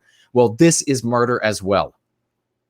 This kid saw what was coming for him. He saw the freight train of the social lynching.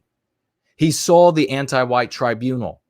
He saw them dragging him before the anti-white tribunal at school. He saw them dragging him before the anti-white tribunal where he works. He saw the social lynching, people writing about him, people putting up his home address, his name, everything on the internet to groups of people that he most likely knew personally were savage and did this sort of thing, threatened and intimidated and harmed and destroyed property. He saw that freight train coming for him and killed himself because of it. That is a murder caused by these people. That is a murder caused by the likes of Diamond Goodrim, who I heard, I don't know if it's in this article, but in another article, they were trying to make Diamond Goodrim look like a sympathetic party to, oh, it's so tragic that this guy killed himself. Sure. He knew this community, this people that Diamond Goodrim knows. So he had reasons to decide to exit life, and they were great. That's why he decided to leave this world. And he should be remembered for that. He should be remembered as a victim murdered by the anti-whites, because murder is murder no matter how it happens.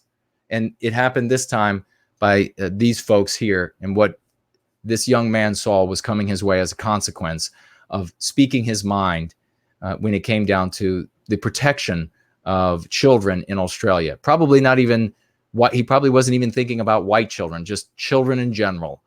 It shouldn't have this normalized. Let them grow up before they decide whether or not they too would like to dress like members of the opposite sex.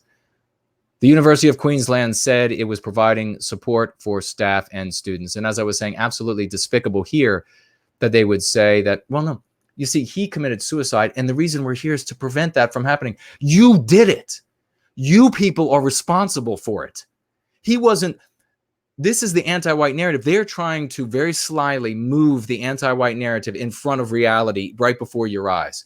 They're trying to say that this young man would not have killed himself if they had just been able to be here and talk about normalize cross-dressing and to talk about suicide and talk about homosexuals killing themselves. If they had just been allowed here, this young man wouldn't have killed himself.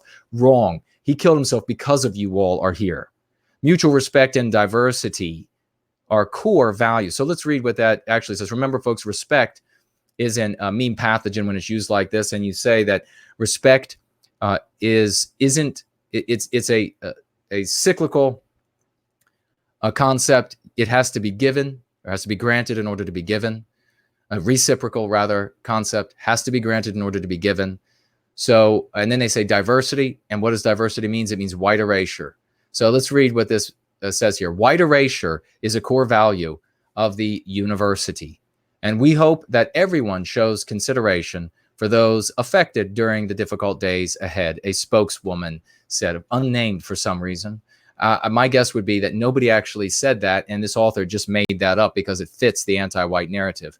Of diversity, we know that diversity means fewer white people, white erasure. So that is what this author, potentially university, believes.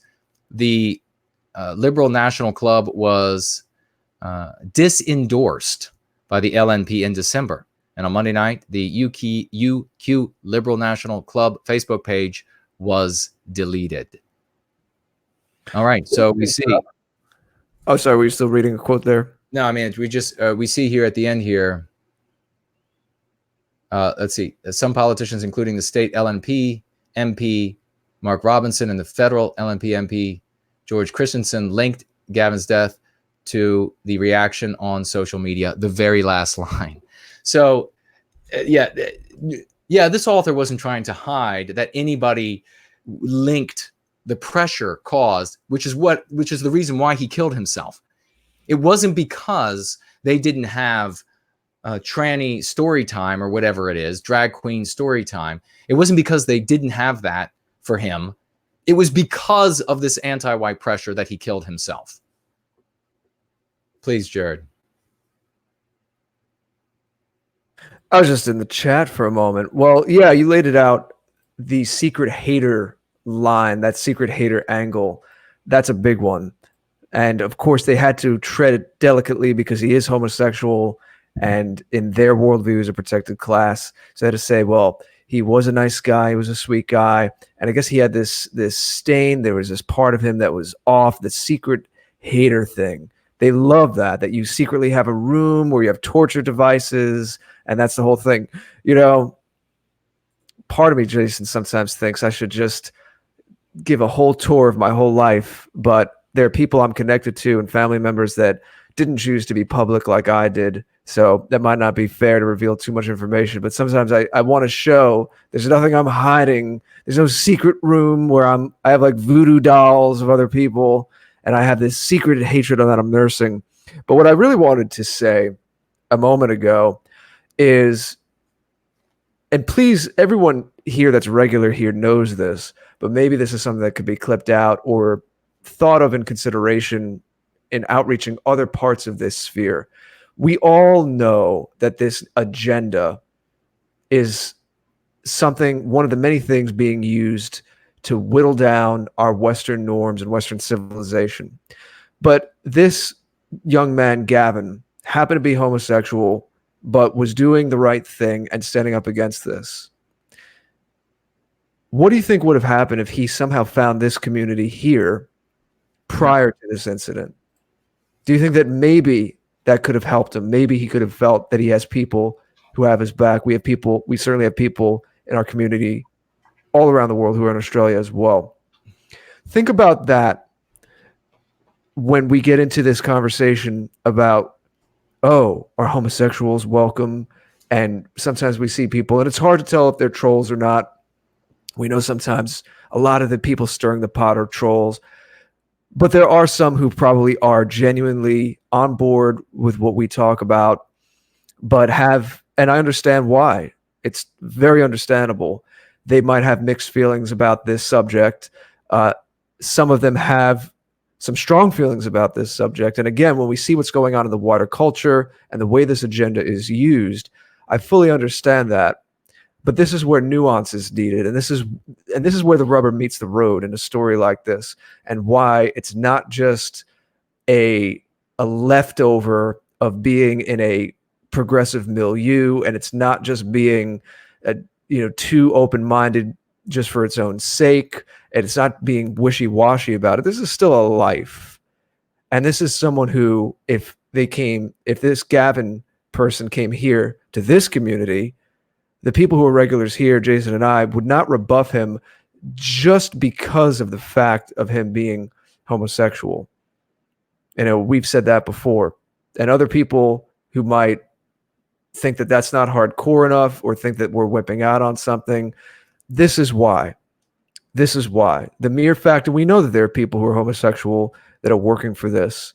And you can get into side debates about, is there small bit of that could be naturally occurring. We know, unfortunately, a lot of it is kind of groomed, and a lot of people who end up being homosexual had encounters when they were younger that were inappropriate, and that's a terrible thing, and no one here is supporting that. But the mere fact, however he got there, just the mere fact of him being homosexual, would we reject him here? Would he be made fun of in this chat? No, he wouldn't, and he shouldn't be in other white positive chats as well, because maybe if Gavin had ended up here, maybe he could have been saved. Maybe he would have had the strength to get through the storm that was coming his way. We've had people here who reach out and say that they're of that persuasion, and we don't make fun of them. We don't hurl epithets at them. We're comfortable with who we are. It doesn't make me less of a man. I know who I am. It doesn't make me less of a man to say that. Does it make you less of a man to say that? Exactly. That's the question that people have to ask themselves. We've had people, Jason's had many people write him to say that his work and some of the things we talk about together have saved people from drug abuse, alcohol abuse, and yes, the brink of suicide. And we aren't saying it as a badge of honor, but it is what it is. I mean, it is something that we're happy about, but it's not to say, oh, we're trying to advertise and this is why you should listen to our show and not other shows. That's not what that's about.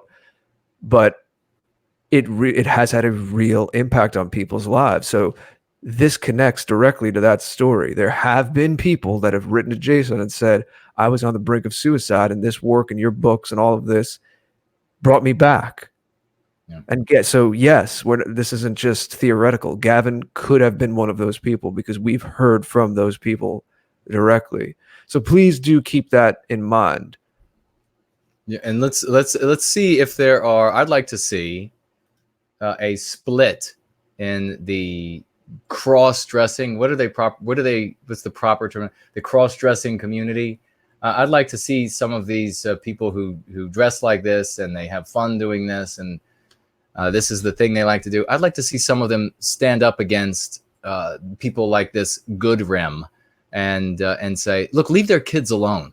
If these people don't want you around their children, if they don't, and this whole rainbow network, children's toys network that they have there, just leave their damn kids alone.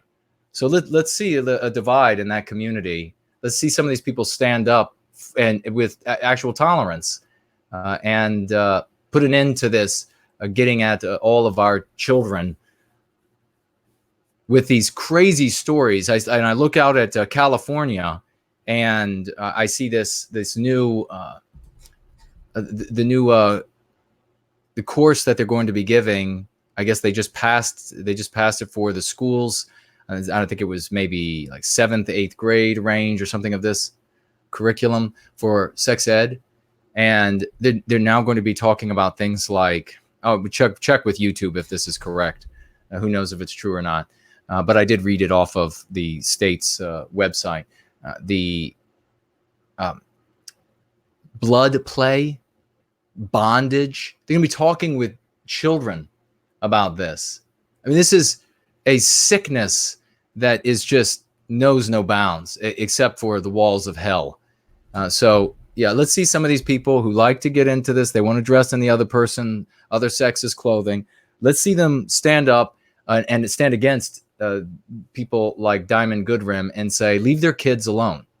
Well, anyone in the States may remember about 10 years ago, everyone was saying, and this was with a positive connotation, of course, from our regime's media, that California was ahead of the curve and that they were kind of the laboratory for these more quote unquote progressive policies and lifestyles and all of that. California is effing falling apart. Yeah. So what does that tell you? Anyone who would choose to move to California now is insane. Okay. Yeah. I have some family there and I really hope they leave.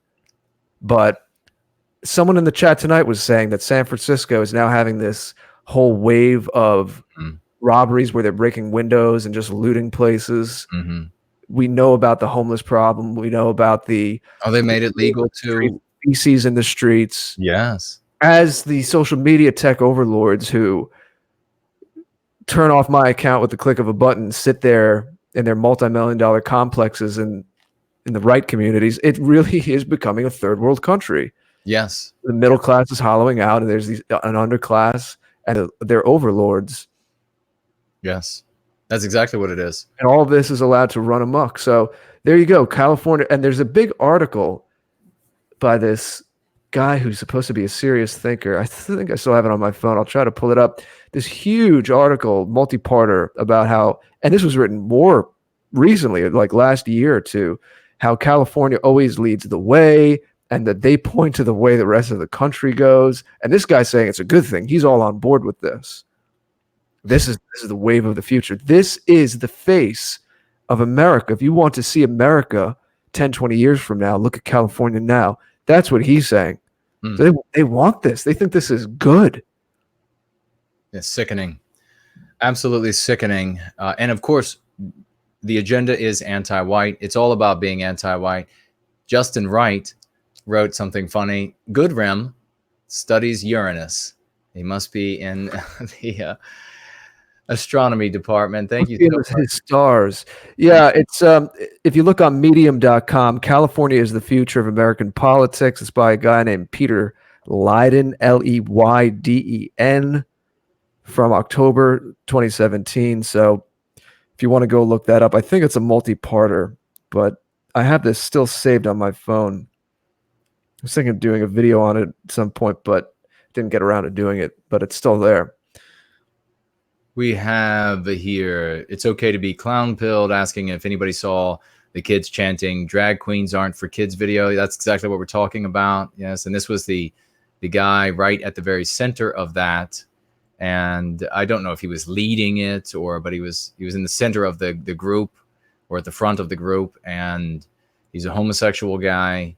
And the anti-white pressure came down on him. He saw what was on the way, the anti-white tribunals, the social ostracism, character assassination, and he decided to kill himself, because of the anti-whites activities, which means that it was murder by the anti-whites. And we are looking forward to people who like to dress in the other sex's clothing, standing up against these anti-whites, wanting to get to everyone's children with these sickening sexual ideas. Black Eyed asks, what do you think of Florida? It's hot. It's really hot. Syntheside had talked. Way too hot. Yeah, Syntheside had mentioned about the respondent. Thank you for the response. Unfortunately, I can't recall it right now about the liberals in Australia. They are indeed considered the conservatives, it sounds like. Syntheside also saying here that news on Augustus, he was denied bail and put in solitary confinement. Well, you can look back to the history, and I'm not surprised by that whatsoever.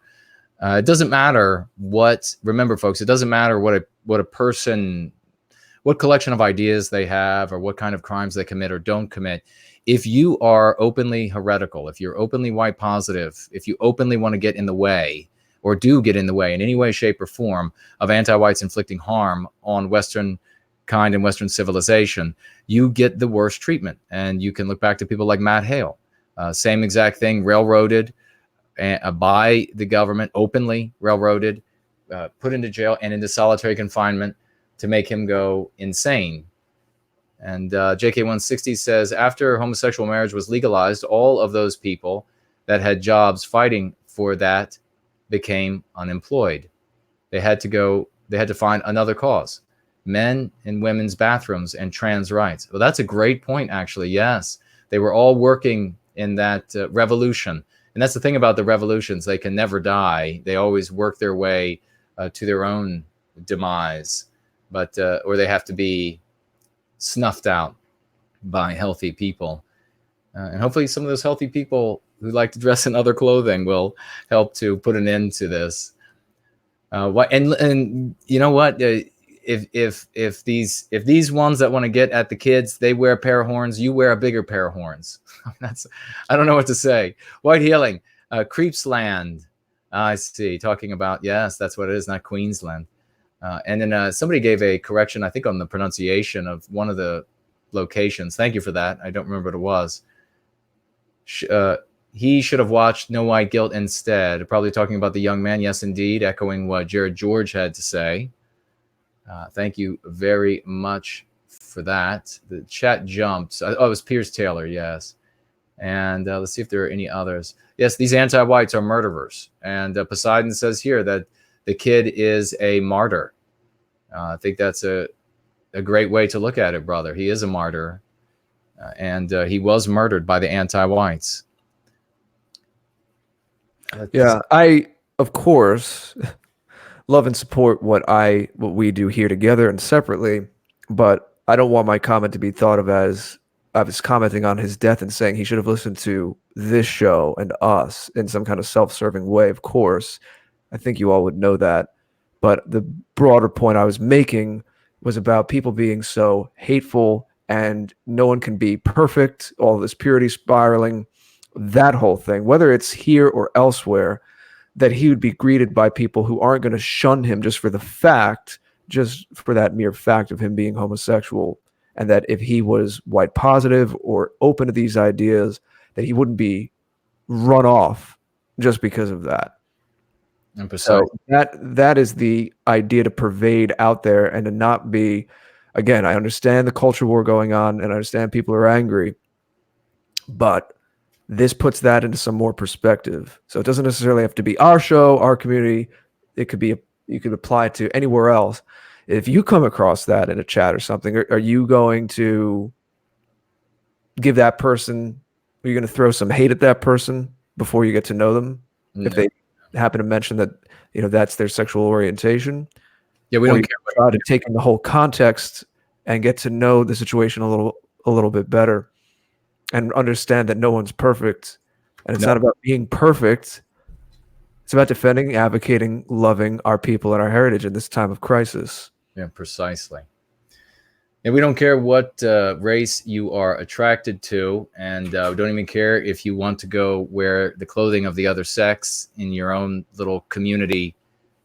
Stay away from the public square, our children, and stop harming Western civilization because you get, whatever it is, some kind of a kick. Yeah, a lot of these people are tools, right? They're being used.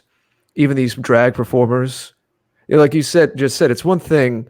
And again, tonight's not really about debating the finer points of this, but you could say, if a bunch of people do that in privacy, the outskirts, and it's not something affecting the public square, that's different. These people think that they're free, they don't have these middle class conventions, right? And then so they have this odd lifestyle, but they don't realize, a lot of them probably don't realize that they're tools being used. And you almost want to try to get through to them too. And so you're just being used as this bludgeon to break down all of the societal norms. And the funny thing is, it wasn't in response to this particular situation. Drag Queen Story Hour was not a thing when I wrote this, but I wrote an article when I first began my site over 2 years ago now, about the mainstream and the fringes. And the article wasn't about drag queens, but the premise I'm about to share still applies. And that is, if you do have any kind of fringe lifestyle, if you're an outlier in some kind of a way, and it doesn't have to be nearly as extreme as what we're talking about with drag Queen Story Hour, in some regard, it could just be being an artist, being a creative type, a maverick type that has a bit of a different lifestyle than other people, that maybe makes a living and travels around a little bit more in a way that's not quite the 9 to 5. Even I fall into that a little bit. Okay. I'm an outlier in some ways. You have to have the bulk, that main pillar of society, for you to be the little accoutrement too. If there is no pillar of society, then you don't get to play on those, on the outlines of it, on the fringes of it. So don't think that just because you're an outlier in some way that it's your job to then go destroy that middle pillar, that meaty middle part of the bell curve that holds everything else up. Realize that there's a symbiotic relationship there. That is the wiser, bigger picture way to see it. What a lot of people do, one of the biggest things, this is a whole other subject, but I'll just briefly say, you talk about maturity, and that's the heading that we would put under this whole, what I was describing earlier about not running off someone like Wilson if he showed up in your chat.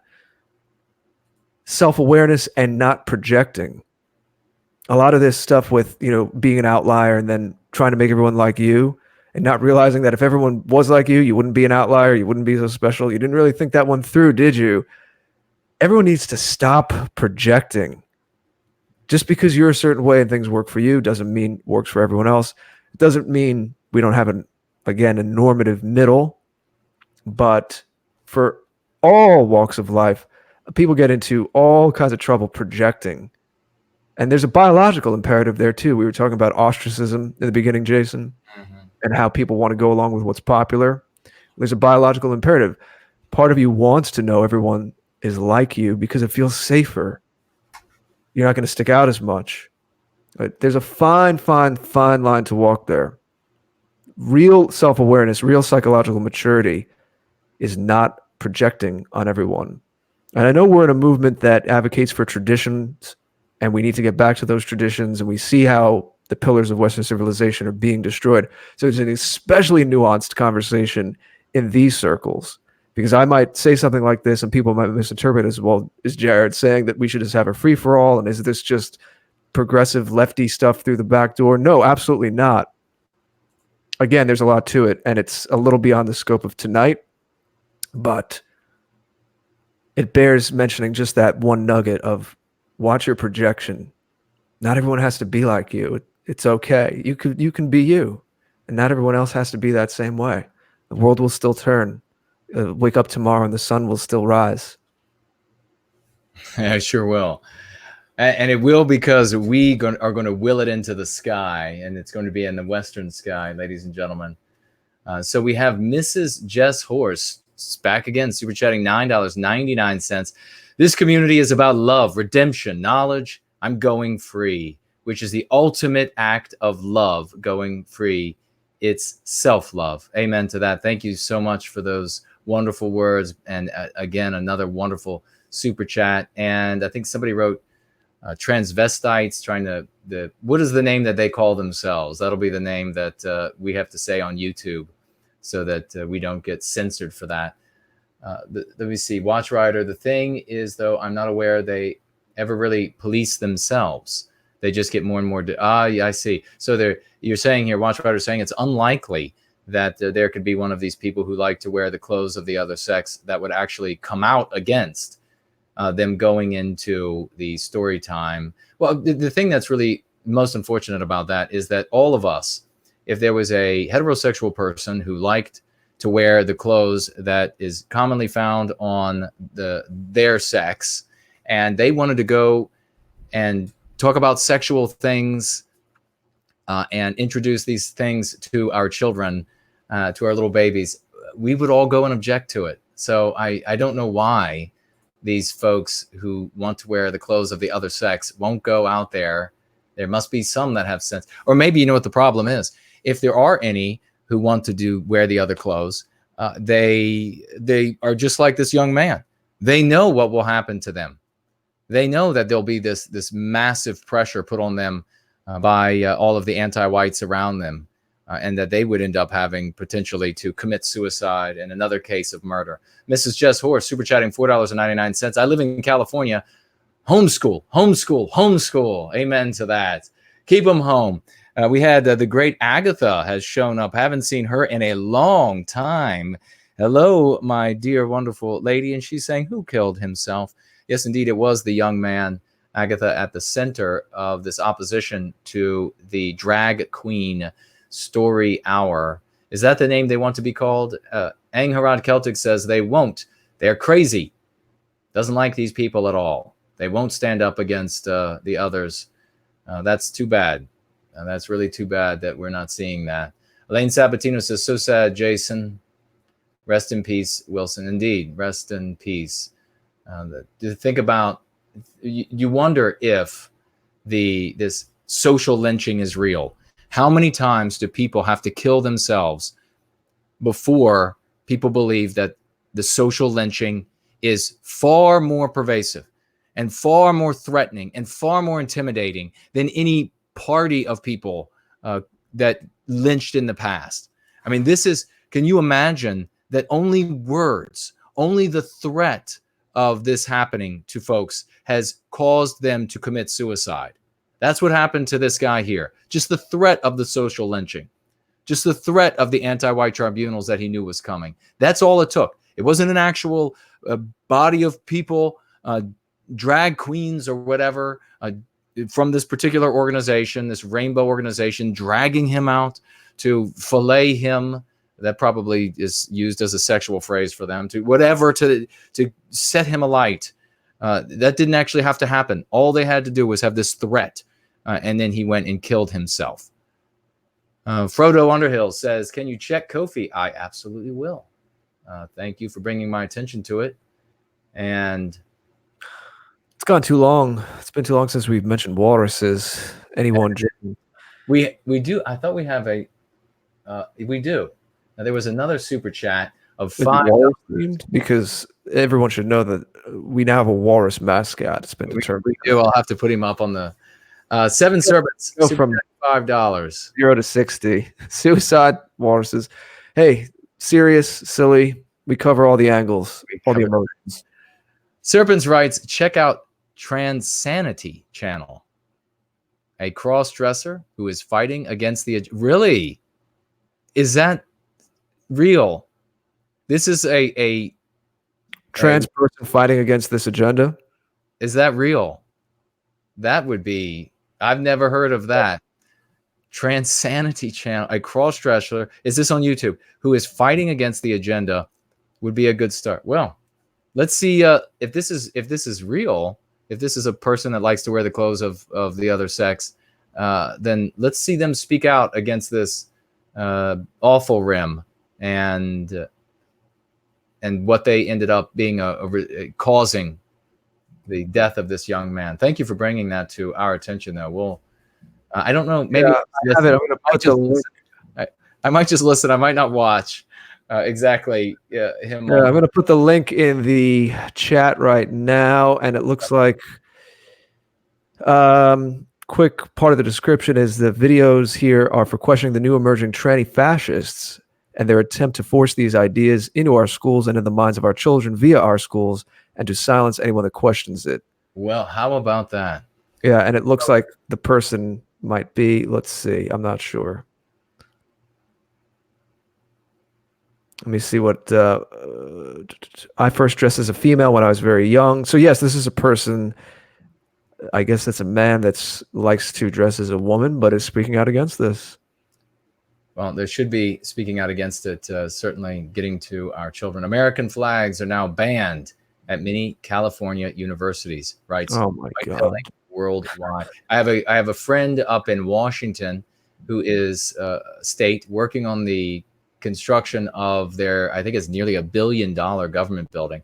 And the bathrooms are co-ed and the locker room is co-ed. And I think it's also now also, as is the case in California, legal to go to the bathroom in public and legal to use drugs in public. This is what the end of Western civilization looks like because of what the anti-whites have done. The sheeple follow whom $5 super chatting. Thank you so much. Heard of Lady MAGA? He's been on JF's show. No. Is that another one that is opposing the drag? Well, Lady MAGA famously was pictured with Charlie Kirk at one of those conventions, and Charlie Kirk was criticized for that. And Lady MAGA is a Trump supporter that does this cross-dressing.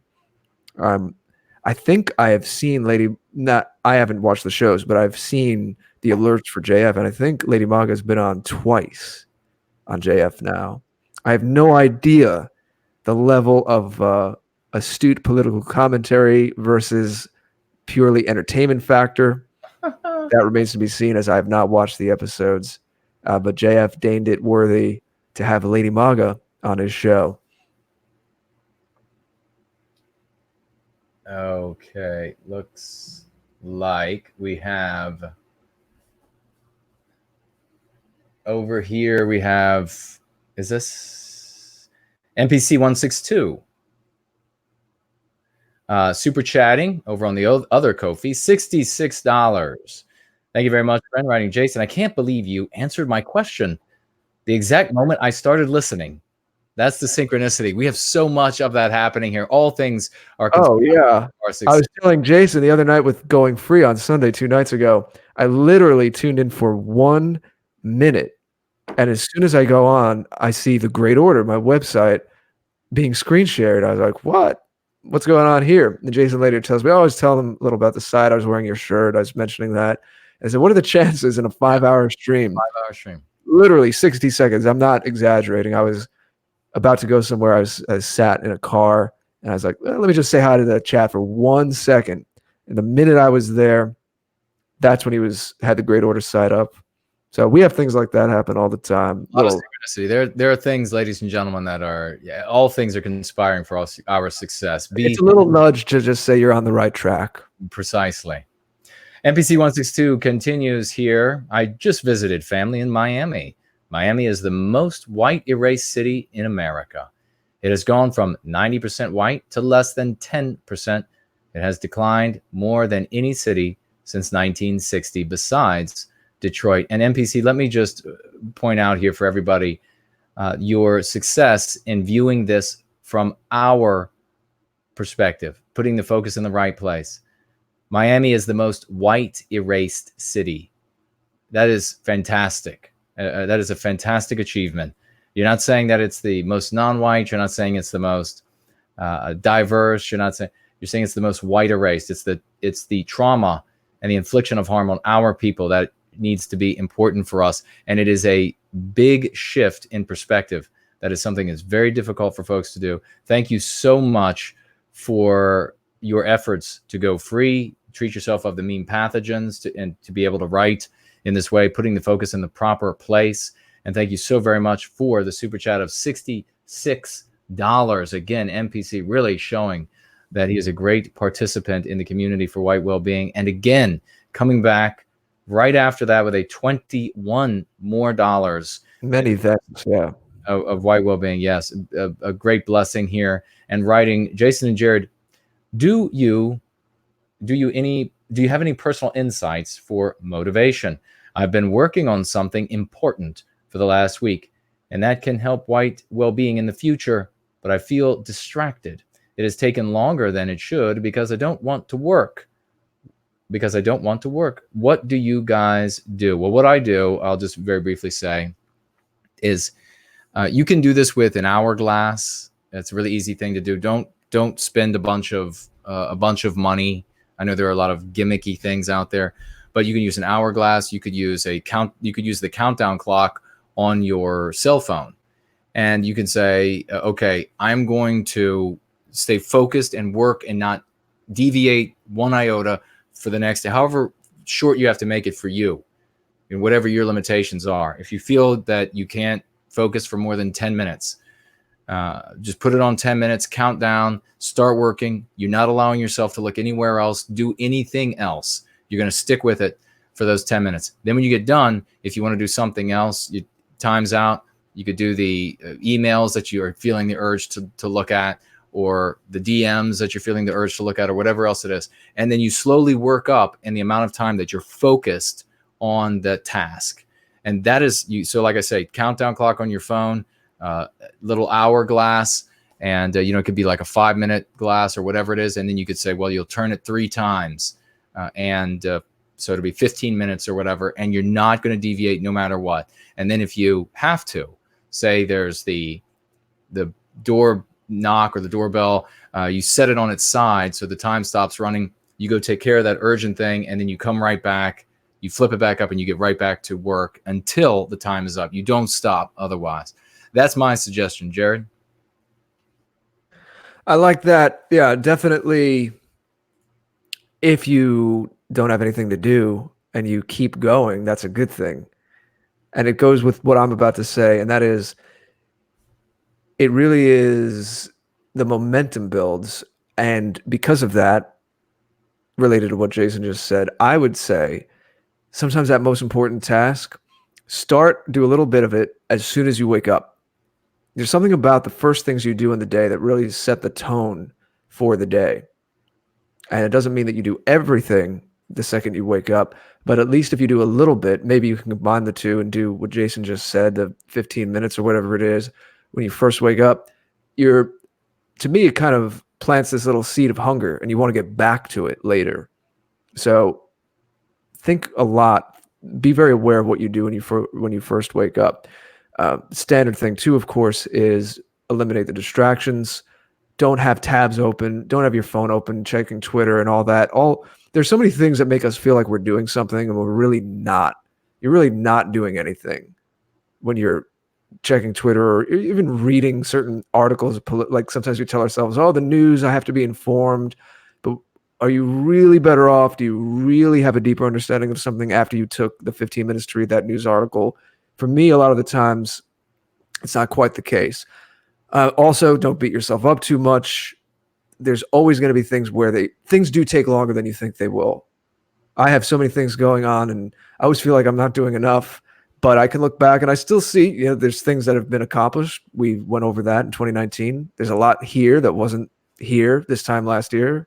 There wasn't a TAP TV site. There wasn't all, new kinds of shows that we're doing. For me personally, I wasn't on Red Ice. So there's a lot of things I could look back at and say, oh, that's there. But you're always going to feel like there's more to do. There's a certain dissatisfaction is important as well. I can tell you that being a creative person, you're never quite satisfied with your poems or your songs. You always feel like there's this more pure essence you can get at the next time. So you're never quite satisfied. And that's a good thing. You have to be comfortable with living in that nexus between you accomplish something and at intervals, you have to give yourself the congratulations and the feeling of accomplishment. It's not like you have none of that reward. That wouldn't be healthy either. But you're always going to have that sense of wanting to do more, wanting to go beyond. And that's a good thing too. You have to live in the tension between those. One more thing that might be a little advanced, and it kind of ties into our health episodes. We've done a couple on health. But I find I like fasting. I don't need to. I don't do it to lose weight. I'm naturally like this. But for clarity, for giving my organs a rest, for cleansing, I like to fast. And if you're home and you're not going out and you're fasting, you get past a certain point. I know a lot of us need food and we feel loopy without food, but you get into a state with fasting. If you've never done it, you're not going to believe me. You're going to think, how could you work while fasting? Last week, I had all this rote stuff I wanted to add to the website, and I had to bang it out. And just all day, I just sat like a machine and just did it, because that day I was using was my fasting day. I was just drinking liquids, sitting right back at the computer. You get into a state when you're fasting where you get over the hunger, and then you're just kind of in this, you're just kind of floating for a little while. And it's amazing how much energy your body takes in digesting food. So I would try, if you're into fasting, you work yourself up to fasting, is doing certain work while you're fasting. There's an amazing energy and clarity. You just don't get tired from that food. You don't, when you don't have that, you eat lunch and then you get down from eating lunch, you want to take a nap. You don't get that feeling. Once you get past that, if you combine that with fasting, you can have these super days where you do a couple days worth of work in one day because you're fasting. Well said. We have everybody get your applauding emojis together. A little earlier in the show, we had a super chat come in, and we're not going to be here much longer, but we're going to be answering your final questions and certainly reading this super chat from Snow Duchess a little earlier in the show. Thank you, my dear lady. Writing for love, or just writing, love thy folk. Snow Duchess. Super chatting $100. Thank you so much. Thank you. Woman, and great participant in the cause and service to White Wellbeing. Thank you so much. And we have K-Max McDonald super chatting $5 over here on YouTube and asking Jared, will there be more skits with Philosophicat? I really love those. Do you have more ideas on things you could mock? I have a running file. Speaking of wanting to do so much, as I was just speaking about a moment ago, yes, there's plenty of raw ideas in the file. And whether Kat certainly wants to do more, but whether it's with Kat or other people, creative projects, including the skits, is a nice, simple way to start. There's more coming. If you just saw the one Jason posted on his channel recently and you're not aware, there are 2 others. You could find them on the humor page on the afterparty.tv on our site. But there's a lot more coming, a lot more creative projects. I'm very keen to be doing all kinds of creative projects. Magnificent. I also want to mention that White People's Quarterly is available. I've been mentioning this for several shows now. I've got it in the mail. It's on its way. All right. I read some of it on this Sunday, some of one of the articles to get people interested, and very exciting stuff here. You're missing out if you don't have this. I think somebody wrote in the, and here's White Date, advertisement for White Date, celebrating gender complementarianism. Complementarity. I've never read that word before, but magnificent, beautiful work that she does. And of course, she's with Liv is with her new child. And we are so excited about that. Please, ladies and gentlemen, get yourself a copy of White People's Quarterly. Tony and Jeff doing magnificent things. All the contributors, one of them sitting right here, Jared George, for this issue doing magnificent things. That issue has a big article about the contest that Lovely Parge and I did, the Content Creators Contest, and the whole story of that. If you missed it or want to get a recap of the history of that, that is my article in there. I also have a poem in there. Yeah, exactly, and it's a good poem, folks. If you have a very short one this time, yeah, it's still it's a short poem, but it's a great poem. Love poem, so that might intrigue some of our listeners as well. Well, I would think so. White People's Quarterly. Jared, any other? Well, we just had another super chat come in. The sheeple follow whom $20 over here on YouTube. Thank you so much, good friend. Respectively, what is your favorite vegetable? Oh, favorite vegetable. So many of them taste so good. I like Brussels sprouts when they're prepared the right way. Brussels sprouts might not be the first thing people think of, everyone thinks of, but Brussels sprouts can really make a meal for me. They are pretty damn delicious. I don't know that I could say a favorite.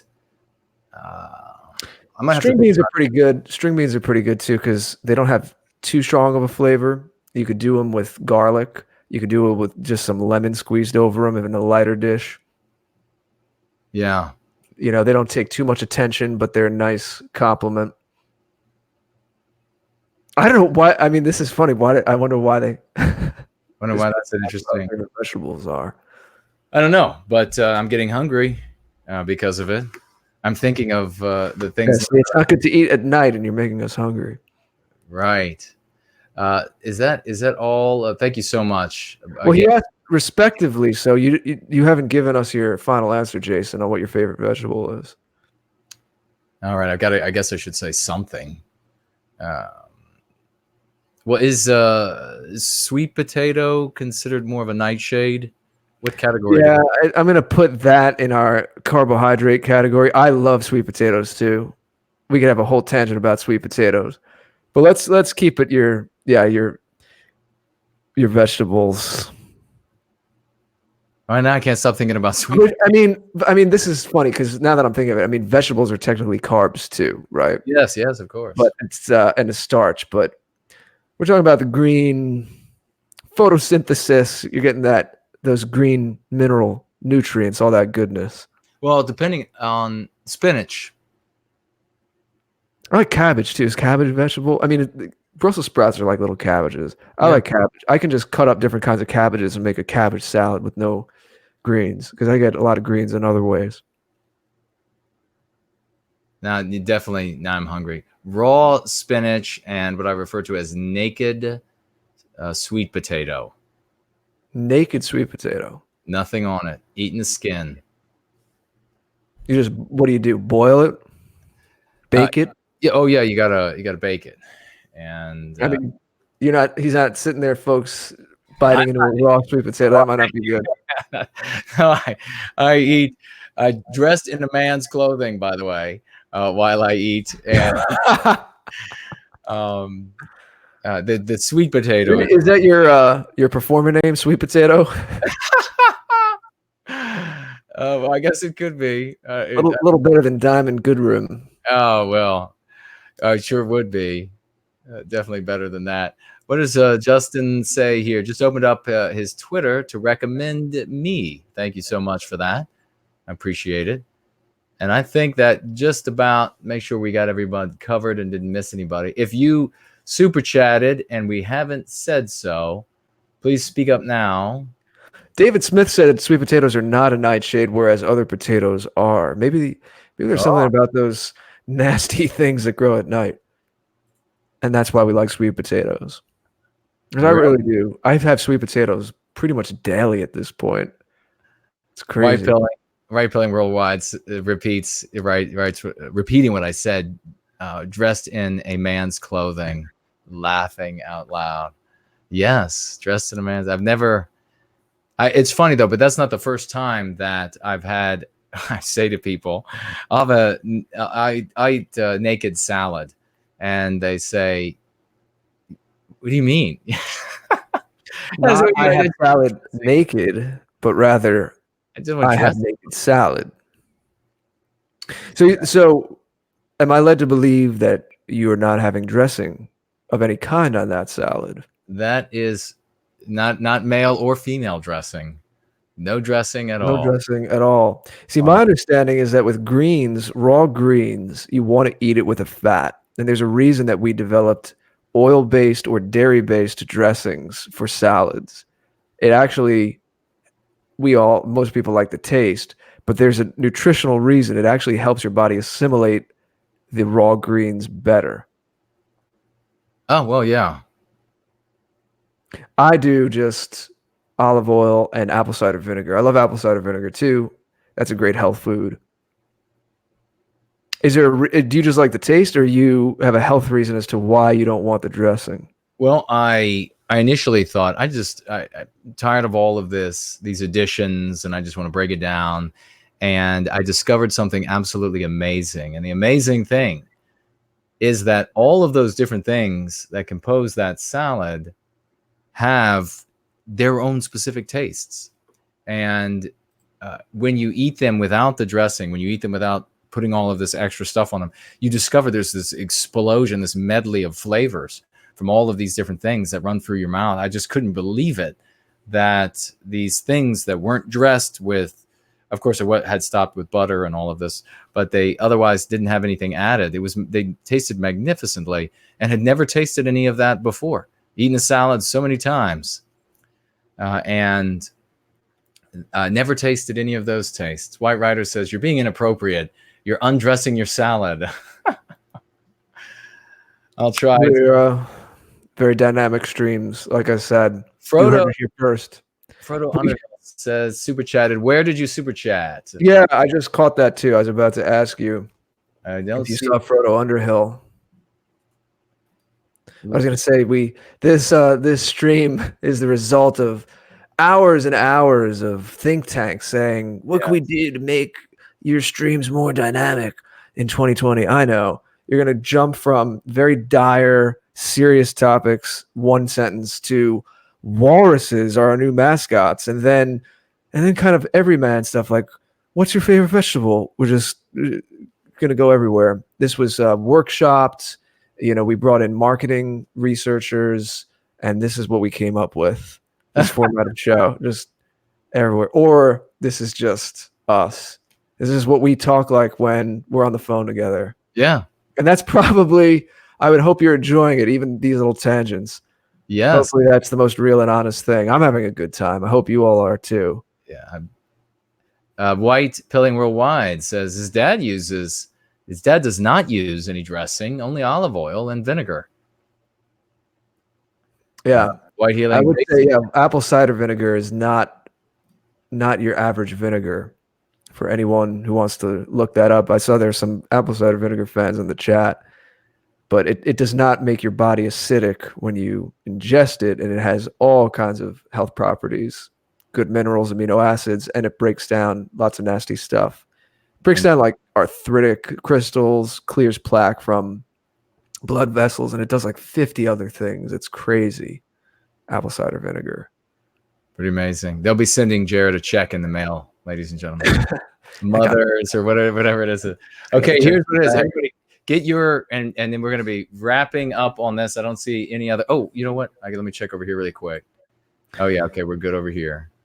And then we'll read this and we will wrap. Ladies and gentlemen, it's been a fantastic after hours. But get your applauding emojis ready, because NPC 162 just came through with a $102 super chat.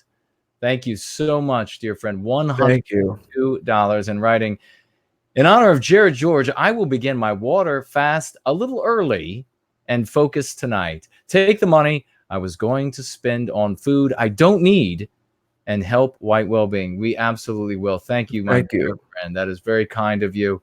That is a magnificent service to White Wellbeing, and you are doing a magnificent service in multiple ways here with the testimony that you're giving, with the financial contribution. Thank you so much for that. With the testimony of your words, both of those together, you're saying how much you believe in going free, how much this doctrine works, and how you are going to be contributing to it, and you are working in the service of White Wellbeing by this project that you're working on, and you're going to be able to attend to now that you have the focus, and you're going to stay away from the junk foods. One of the most important things, ladies and gentlemen, when it comes to working and getting things done, whether it's for the service to White Wellbeing or anything whatsoever, is when you eat these junk foods, your thinking gets foggy, and you can't get from point A to point Z, if for no other reason. So thank you so much, dear friend. Thank you to all of you out there. Did we find Frodo Underhills?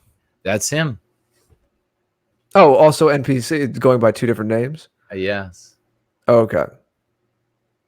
That was underhanded Frodo Underhill, going by two different names. Yes, there is no other.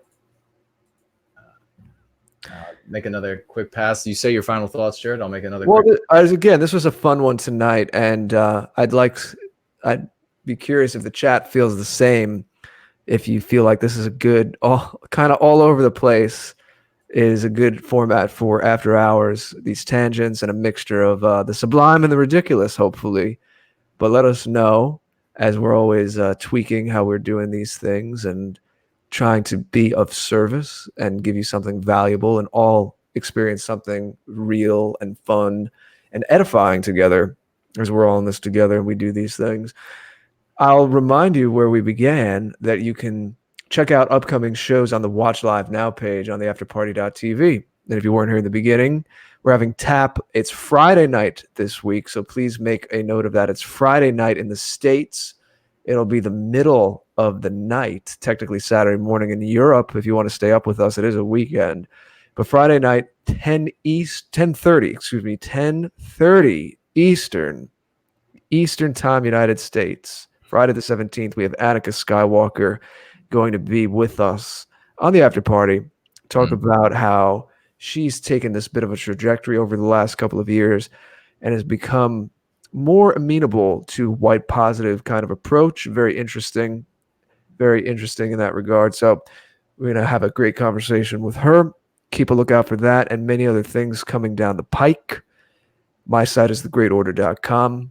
Everything I do goes through that. It's a catalog. That site is a catalog for what I do. You can support. You can find. Well, this is what I wanted to say. Contact. Someone was asking about email before. Email, social media, all of that. Of course, the center for our media work together, Jason and I, is the afterparty.tv. Please go there, sign up for the mailing list. Some of you are on the mailing list, but you haven't opted in. So see if that email is in your spam. You have to opt in and say you want to be on it, and then you actually get the emails. We only sent out one in December so far. We don't send out a lot, but there will be a bit of a recap one soon as we have added more to the site. Again, I say this also, please check out the search on the site if you're thinking, have they done a show on this topic or have they talked to this person? Even in the last week, a lot more was added to the catalog of all the material there. So go take a look, see if there was a certain guest or if there was a certain topic, what the related shows are. Everything is pretty well tagged. We're getting to have a pretty deep catalog of all the things Jason and I have done together and separately, any kind of video content there on that site, and community as well.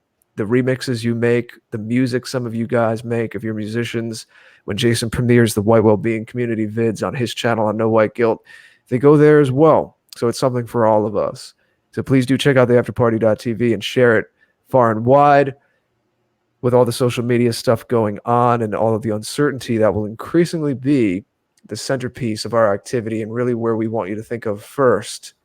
If you woke up tomorrow and our YouTube wasn't there, our Twitter wasn't there, everyone should know to go to the afterparty.tv. There'd be updates. The newsletter would certainly be giving you information. Jason has a Telegram, so please get on that as well. Mm-hmm. And we'll see you all on Friday night's tap. Indeed. It's going to be magnificent. We got a comment here as we're wrapping up from Eternalism writing, I hear that cat ears really bring in the views. Not even going there, my friend. Not even. Oh, I should say one more thing. This was a monumental stream and that we've established a new walrus mascot. Speaking of animals, so let's keep the focus on something positive. I tweeted out the picture of the beautiful walrus that Jason put up on the screen in the middle of tonight's stream. So it'd be great if someone could make some graphics related to the walrus. Maybe he'll be a little mascot. But we like all animals, but there's a certain fascination with the walrus given tonight's episode. So maybe he'll be a little avatar for us. Yes, a benign beauty, the grand walrus. Elaine Sabatino writing, nice work. Jared and Jason, these streams are real lifesavers for our people, literally and figuratively, dear lady. It is always splendid to spend time with you all. It is magnificent what we are doing here. You all are heroes. You've been touched by chance or God or the gods. We see that sort of synchronicity coming again and again, and that's something magic that we are unable to measure with our measuring instruments just yet. Perhaps in the future, we'll be able to look deeper into that area that we talked about between us and that which we create, and we'll see there what we have had to refer to as magic all along is something that truly is magical. We look forward to seeing you all again next time we get together here on the After Party.